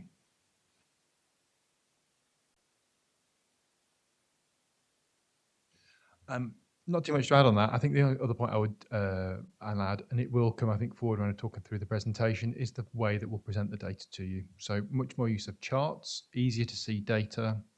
Scrutiny's always typically had just the data shown for the last 3 months. You'll get to see month by month data, so you can see trends more clearly in that format. The charts will also, wherever we can, show you previous year's data, so you can look back quite quickly and easily and see where we were last year in comparison to this year. And as Councillor Ferguson as well, all the charts will clearly show you those targets and intervention levels so we can see where we are and where we're heading towards. Operationally, we use these anyway. These are regular items on my agenda with all officers. We look at these frequently. I chair an operations board, which is all the key operational managers every month, where we go through these. So there is behind the scenes, to give you that assurance, operational focus on these activities as well. But we obviously do need to surface this wherever we can, and through those quarterly meetings, you'll get detail and chance to scrutinise as well. So just a little bit of extra colour there for you, but I'm sure there'll be questions in particular around the measures we've set and the targets we've put against them. So happy, Chair, to move to that point.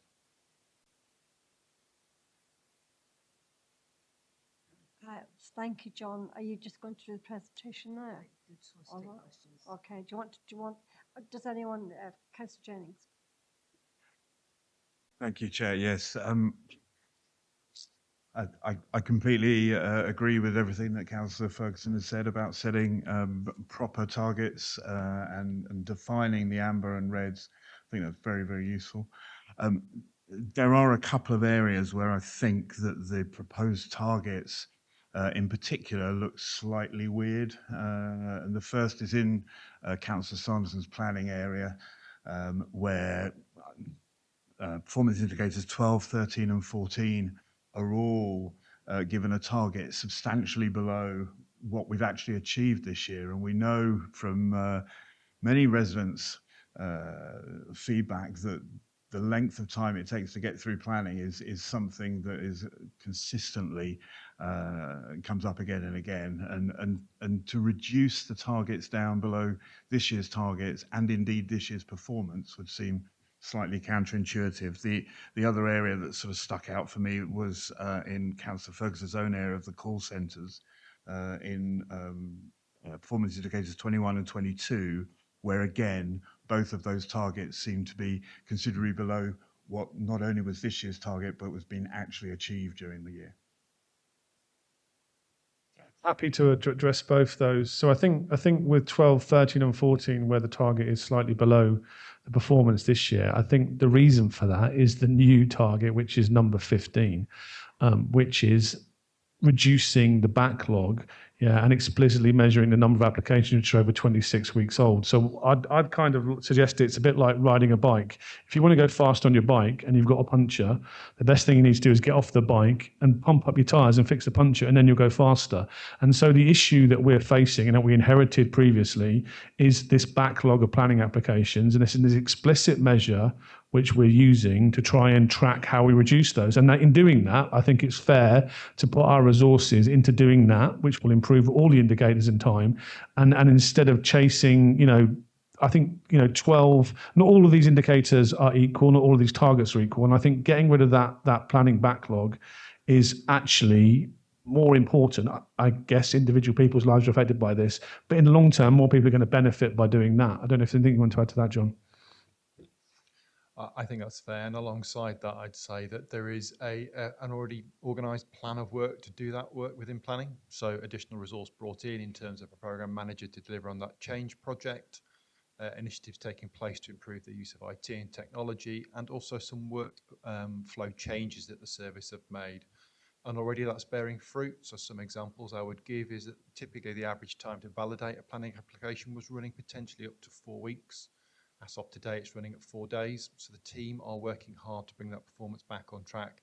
I think Councillor Ferguson's right that we need to give them space this year to clear some of that backlog stuff, which I'm pretty confident members around the table will have had feedback from their residents. So we want to get those sorted, as Councillor Ferguson said, so we can clear the path for a better future for all services. So the operational activity is going on alongside that activity. Councillor Martin. I haven't finished answering the question, if you don't mind, Chair. Sorry. So I think so these related to PL 21 and 22, which are the call centre, which is my responsibility. So I talk to Michelle Greet, who runs the customer services team, on a monthly basis, and every time she tells me that the average call time is 2 minutes 37 seconds, I say that's great, yeah.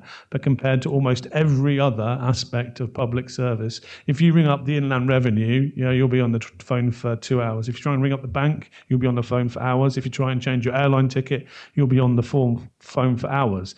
Now, ideally, we want to answer phone calls quickly, and we are. I think 2 minute 37 is too high a target. I think I'd be more confident if we took more time to answer the phones and then did a better job of dealing with the issues that the customers are raising more holistically. Now, I think the customer, if you go in, I recommend that everybody sits with the customer services team in the call center for an afternoon.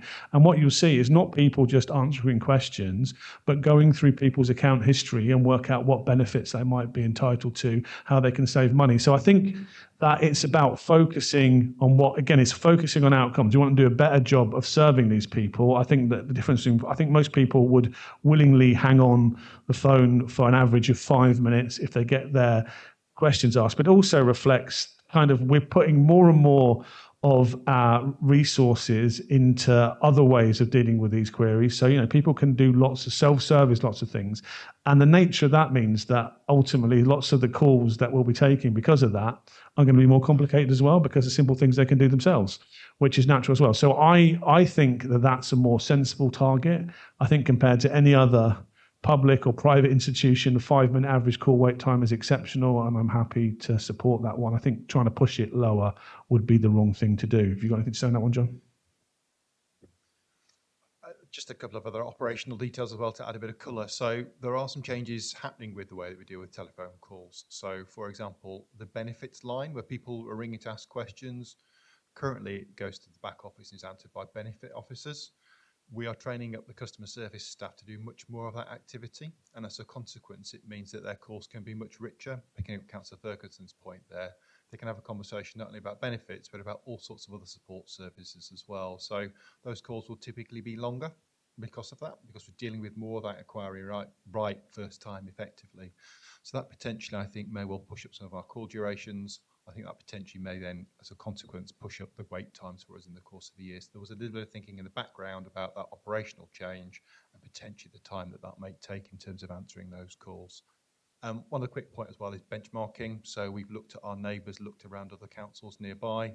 I won't name them because that would not be fair, but having looked at them, our wait times are better than theirs. I can give members that assurance. Perhaps outside the meeting I could reveal what those councils are, but I do know what they are.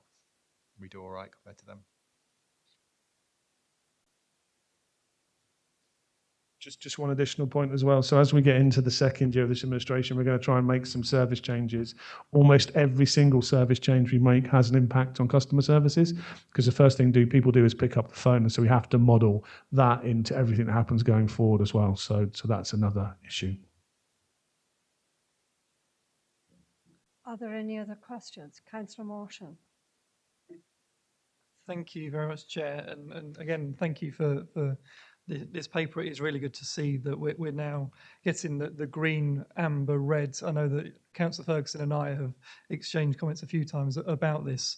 And it's really good to see that, it enables us to scrutinise you better, and it obviously gives you a better understanding of where your services are. I just have a couple of, one point and a question, I guess. The first one is on performance indicator number 11, so the number of new affordable homes delivered. Obviously, Councillor Wakeford delivered a presentation earlier talking about the need for affordable homes in the area, in some areas more acute than others. I just wonder whether we can, one, be a bit more ambitious with the target and maybe raise the intervention level as well. As it is a big need in our area. I think that maybe we should be a bit more ambitious, trying to get more affordable homes, but have that high level of intervention, realising that this is really important for the area. So we're going to identify problems sooner. I know a lot of this isn't within our control, but I think that having those higher levels might assist us in being able to work out what we need to do and approach developers and go to them and say, well, this is what we really need, this is what the district needs, and follow it up with the indicators. The second one goes on to the call centres, and I agree with the comments that Councillor Jennings made. I completely understand the comments that you've made, and it does make sense. The one thing you're talking about how you're going to present a lot of this data, I wondered whether we can use a max min, like a candlestick kind of graph chart with this one, so we can see what the quickest call is, we can see what the longest call, and we can see where the quartiles are. So we can work out, are 90% of the calls being answered within a minute, but then we've also got 10% of the calls being answered after 10 minutes. So, so we've got a better understanding of where that range is. So that's an excellent point. One I agree with. One I did ask John and Dan to come up with, that I'm happy to see kind of a distribution of all the call times. Actually, I think that will be helpful. The pushback I got from officers is, of course, it's not everybody will understand that figure as well. But I think I definitely agree that means can be misleading quite often. I think that I talk to Michelle quite often. The longest call time is about 20 minutes as well, which is long, but not, it's not ridiculously long. So having that included, I think, would be a good thing as well. I mean, if we do it in the commentary or do it graphically, I'd support that and agree with it. With regards to the house building targets, I took credit for them in the previous presentation, so it's not easy for me to say that I don't know. John can give a better answer than I can, but lots of those things are out of our control. They're in the hands of developers. I'm sure we put lots of pressure, especially Councillor Wakeford will be putting lots of pressure on for more affordable houses. How successful that will be, I don't know. So a couple of quick points. The point around the distributions for calls is a really good one, and I think that points to something, which is that this is our first step. We're going from crawling to walking here, in our performance data. We can do more, and I think that's a point that the Councillor Ferguson made at the start as well.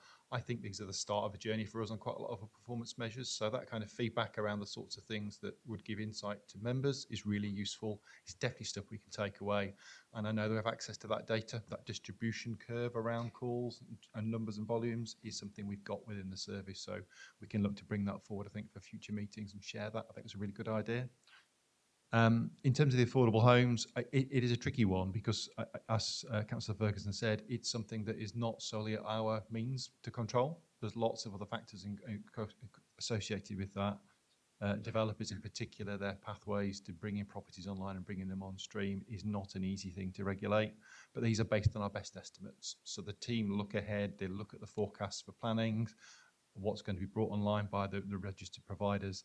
These are the best numbers that we can produce at the start of the year based on those development plans as we've got from our partners. So we feel the target's appropriate.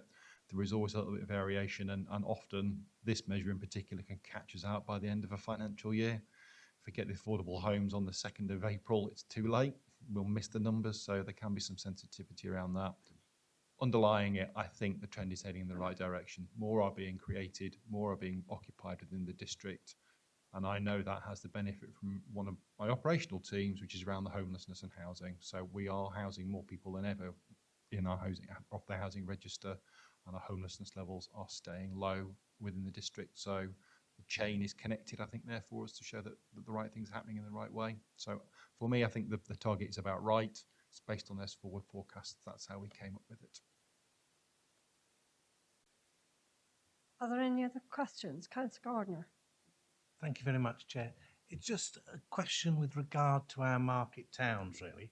How are we going to keep, under these proposals, how are we going to keep on an eye on how our market towns are doing? Whether we're actually getting more people in to the market towns. We're about to spend quite a bit of money in St Neots, Huntingdon and everywhere else. How are we going to monitor the fact that what we've spent has actually led to more people going into St Neots to shop and everything else going forward? Because if it doesn't, then we need to know quickly and the reasons as to why. I can't see on these graphs here what you've got is where we're going to be able to pick up that sort of information. So it's a good question. I think the way I'd answer it is to say that the corporate plan is framed around those three words: do, enable, and influence. And that work to bring people into our market towns and to generate that local income, I would say, is very much at that spectrum end of enable and influence. The measures we're doing through this forecast here are very much about things that officers can really make a difference to themselves by the actions of our operational teams. So the way that we're going to bring forward the information around market towns and footfall and so on will be through two methods, I think. So one is that within the corporate plan, there are a set of actions that we've outlined within the plan that will be taking steps forward. Those were reported into this meeting, so you'll see those actions being updated, and there'll be a text-based commentary against that. It'll explain where we are with activity, and it will also explain the impact. You'll see it in my presentation in a couple of minutes. And then the other thing will be that we're also looking forward to bring forward in that meeting also a set of contextual measures. And those are measures which we will be looking to work with other partners in particular to capture measurements of activity which we can all contribute towards. So things like footfall in the market towns will be picked up through our work with the bids, with town councils, with local businesses and so on. And if we get the right measure through those things, we can all strive to work towards them. So they'll still appear, but they'll appear as kind of more contextual measures on the health of the district as a whole. I'm trying with these ones that we've talked through today to really focus on pointy things that I can go and make things happen by officers directly doing stuff, if that makes sense.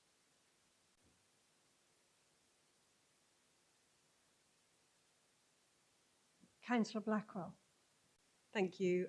I just wanted to pick up on performance indicator number 25, which particularly of particular interest as Vice Chair of the Employment Committee.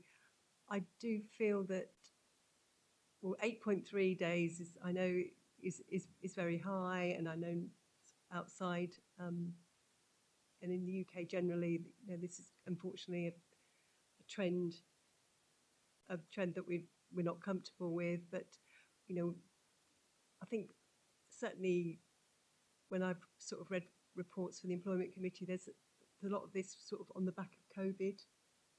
And I think we might need to sort of free ourselves from that and perhaps set a bit more stretching target. I certainly don't like, you know, intervention level of 10 is absolutely scary. You know, 2 weeks per employee per year is, my goodness, quite frightening.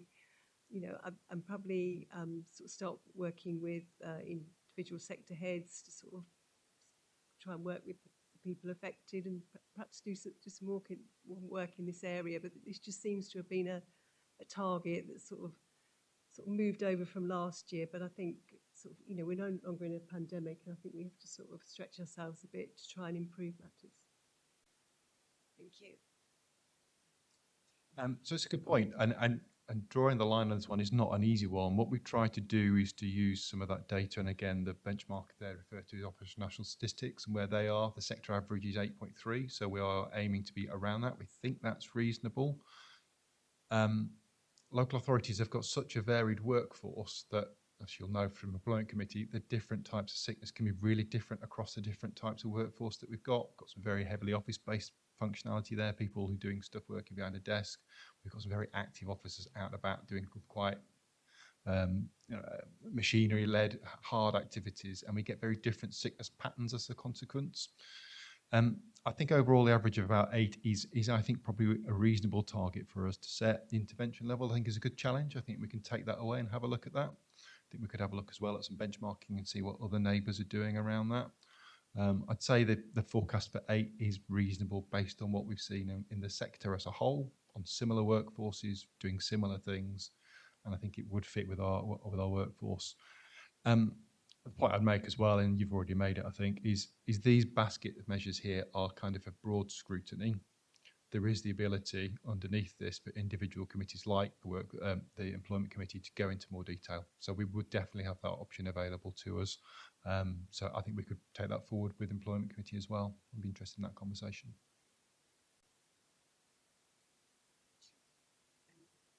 Thanks very much, Chair. Just a question of clarity. So for performance indicator number 13, it's got last year's performance at 84%, but as we would have seen from the performance report of last year, the outturn was 77%. So I was just wondering, has there been a change in what's being measured? I know that the only difference that I can see that it is minor or other. So I was wondering what the or other is that has raised it from 77% to 84% performance. The short answer is I'll take that away and look. They should be the same number. So I don't know why that is, but I will go and find out for you. Apologies. Are there any other questions? Stephen. Having just spotted the only error in the report, can I just take this opportunity to thank Dan Buckridge, who puts lots of effort into preparing the reports and also sweated blood in performing in producing new targets as well. He lives and dies his stuff as well and makes very few mistakes considering the amount of numbers that are involved in this report. And I think you'll see from what John's going to present in a second the excellent job he's done on reporting as well. Thank you. Thanks for that. I think what we've taken away certainly from your report is the fact that it's iterative. You know, it will change with input from various sources, including this committee. So thank you for that. And then obviously we'll just look at your report now, John. Thank you. Thank you. I just to reiterate that point, this job's never finished. We will always be improving the measures and we'll always be taking feedback on them. So we've taken a step forward tonight. So thank you for your feedback. It's not the end of the journey. And the presentation that I'm just going to quickly run through now will just take us through a little bit more of that journey, I think. So we've focused in this particular item on the operational measures, the things that officers do. The quarterly report that you receive as a panel contains much more information than that. It contains stuff around projects, around activities that we're doing. And I think we've already heard feedback tonight that how that report sometimes lands can be a little confusing, not the easiest thing to read, and not necessarily the easiest way to kind of feedback on our overall performance as an organisation against our outcomes. So if I could just have the next slide, whoever's controlling it on my behalf, thank you very much. A key point to make really, in terms of reporting into this committee, we want to make sure that what we report back on is the activity we are doing against the outcomes in our corporate plan. That's a real key point to make here. It's about ensuring that the 7 outcomes that are signed off in the corporate plan are being delivered in a way that we can explain to you as a committee, that you can understand and can see easily, and that we do that in a visible and accessible manner. So what we're proposing are some changes to the way that the reports are compiled and presented to you. And if I could just have the next slide, we'll just take you through that in a moment. We've actually taken some steps to mock up an idea that we think could work. I'd stress it's not the final product. We are looking to get feedback tonight, and we will keep developing that in the background. Happy to share those templates as we develop them.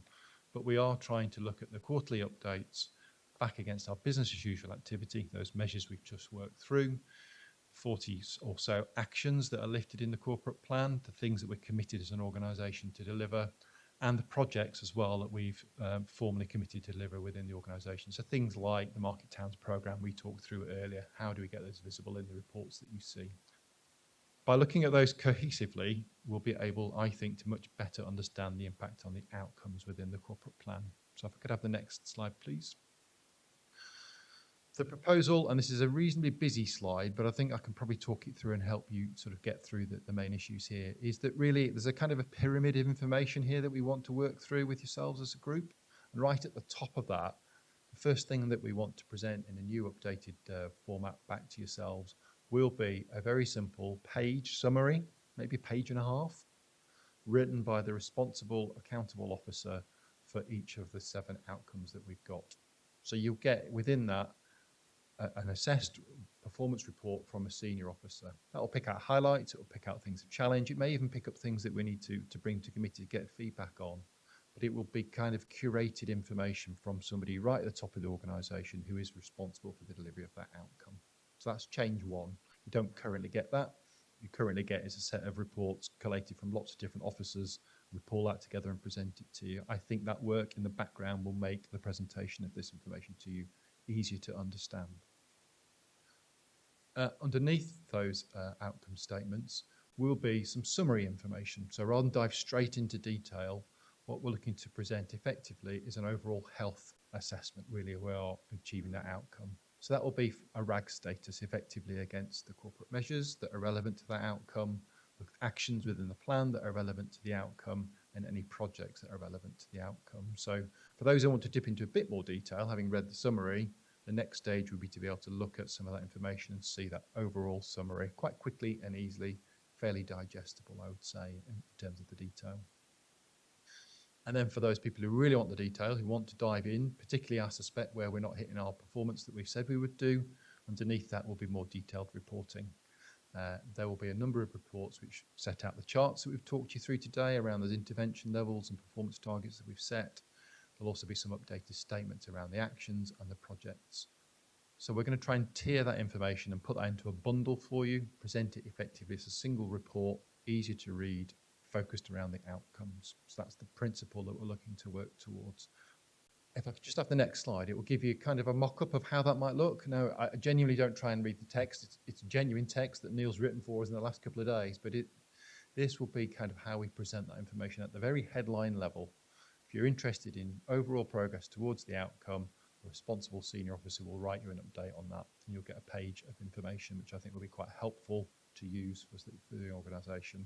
I think, if I'm frank, we'll be reusing that internally as well. Officers will find this really useful. It's a great communication tool for us to feed back into the organisation on our outcome as well. So that's where we'd start the reporting. If I could have the next slide, thank you. Underneath that, as I said, what we'll have is a bit more detail, a summary page with some pie charts, overall RAG statuses against those actions. So again, very quickly, you can run your ruler down, see where we are, and if there's a thing of interest, you can do the next thing, which is next slide, please. Which would be to dip into some of the detail. So if there's a performance target not showing on target, you can see the chart, you'll see the trend, you'll see the performance that we'll be able to show. This is month 1 of this year for our lowering our carbon emissions targets. We've got the actual data shown there, the little black dot. We've got the target, the intervention level. We don't have previous data for this one, so there's no historical trend, but for other charts, that would be there. And if I could have the next slide, please. We'd also then report back in more detailed part of the pack on the corporate plan, the actions. One thing to stress here, a change, I think, which is useful. Not only does it list the action and the RAG status, gives you a latest update, which is typically what you're receiving now through the reports at the committee, but there's an extra column which is for officers to describe the impact of that work, again tying us back to outcomes, the purpose of the work. So we can describe how busy we are, great, but what I want to be able to describe is what impact that's having on the outcome that we're trying to achieve. So the plan is to give you that kind of qualitative information that you can then dip into and ask scrutiny-based questions on it. And if I could have the next slide, please, thank you.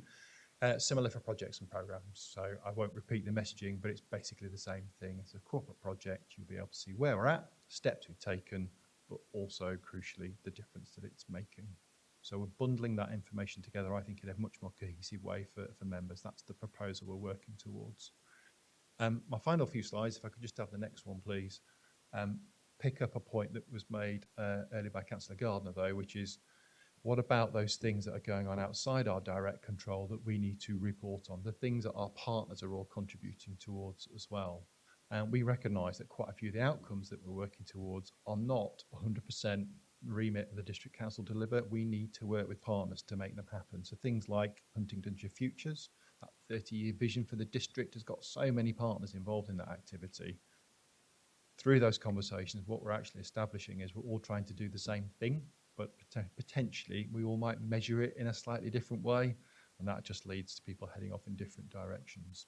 So the future that we're working towards, if I could just have the next slide, please, is effectively to start working with some of those partners. So we've had some initial conversations at the Huntingdonshire Place Board around some of our measures context. And if I could have the next slide, please. What we found when we started that conversation was, we said we're looking at the quality of life for local people. Who's measuring stuff on that?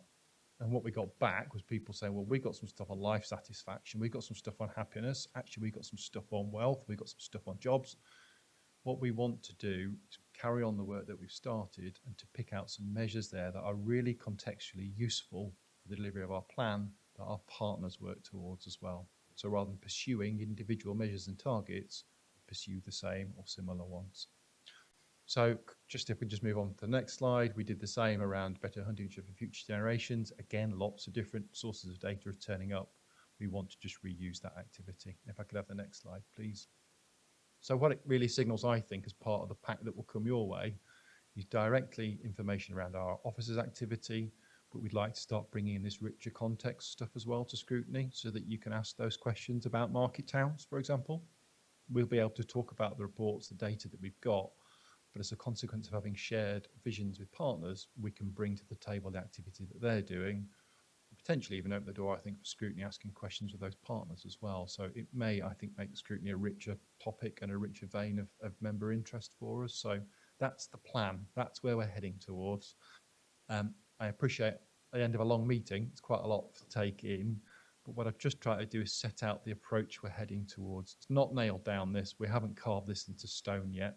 We did want to just have that initial conversation today to check in that this was moving in the right direction, give some space for us to carry on doing this work in the background. By the time you get your first formal report on this year, in July, we'll be able to give you a slightly different and better looking reporting format. Again, we can take feedback in that meeting as well, but that's the plan.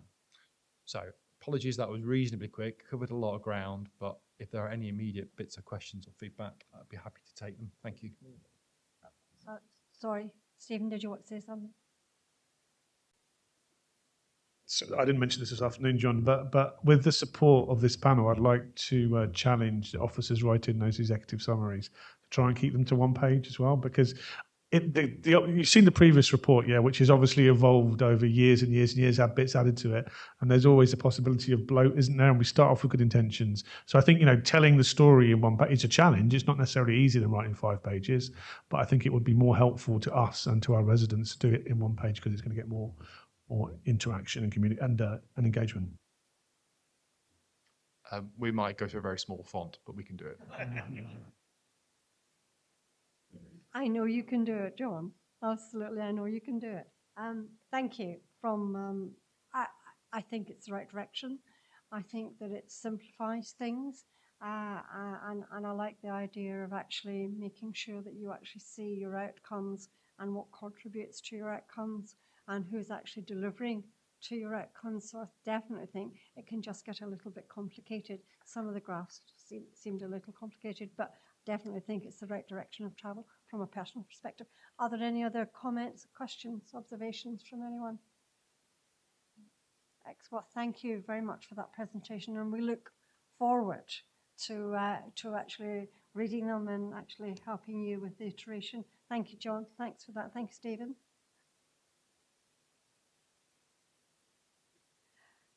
Last item, 11, Overview and Scrutiny Work Programme.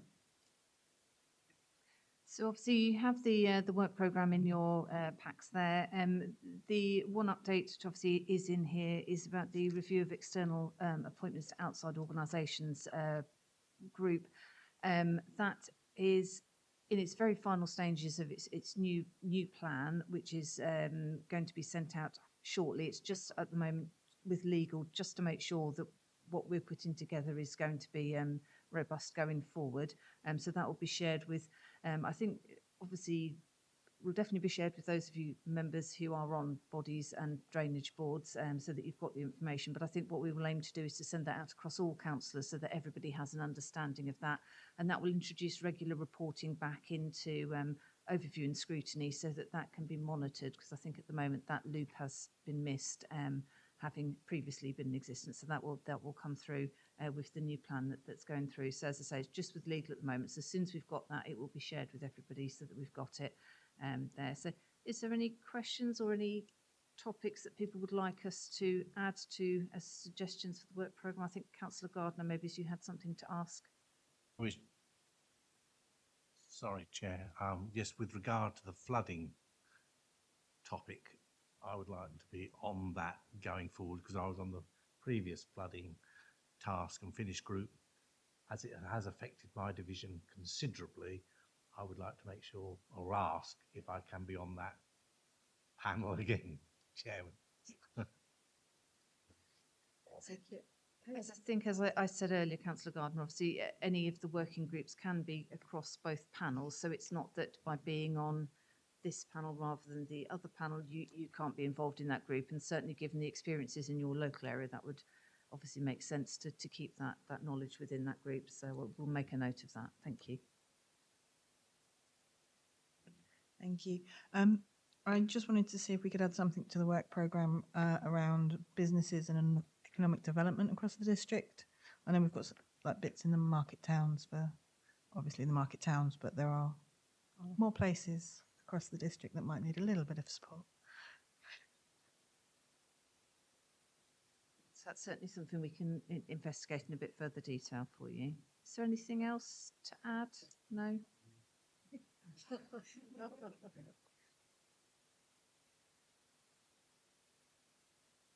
Well, thank you for the first for this year. So thank you for all your time and effort tonight. And it's been a long one. I apologise.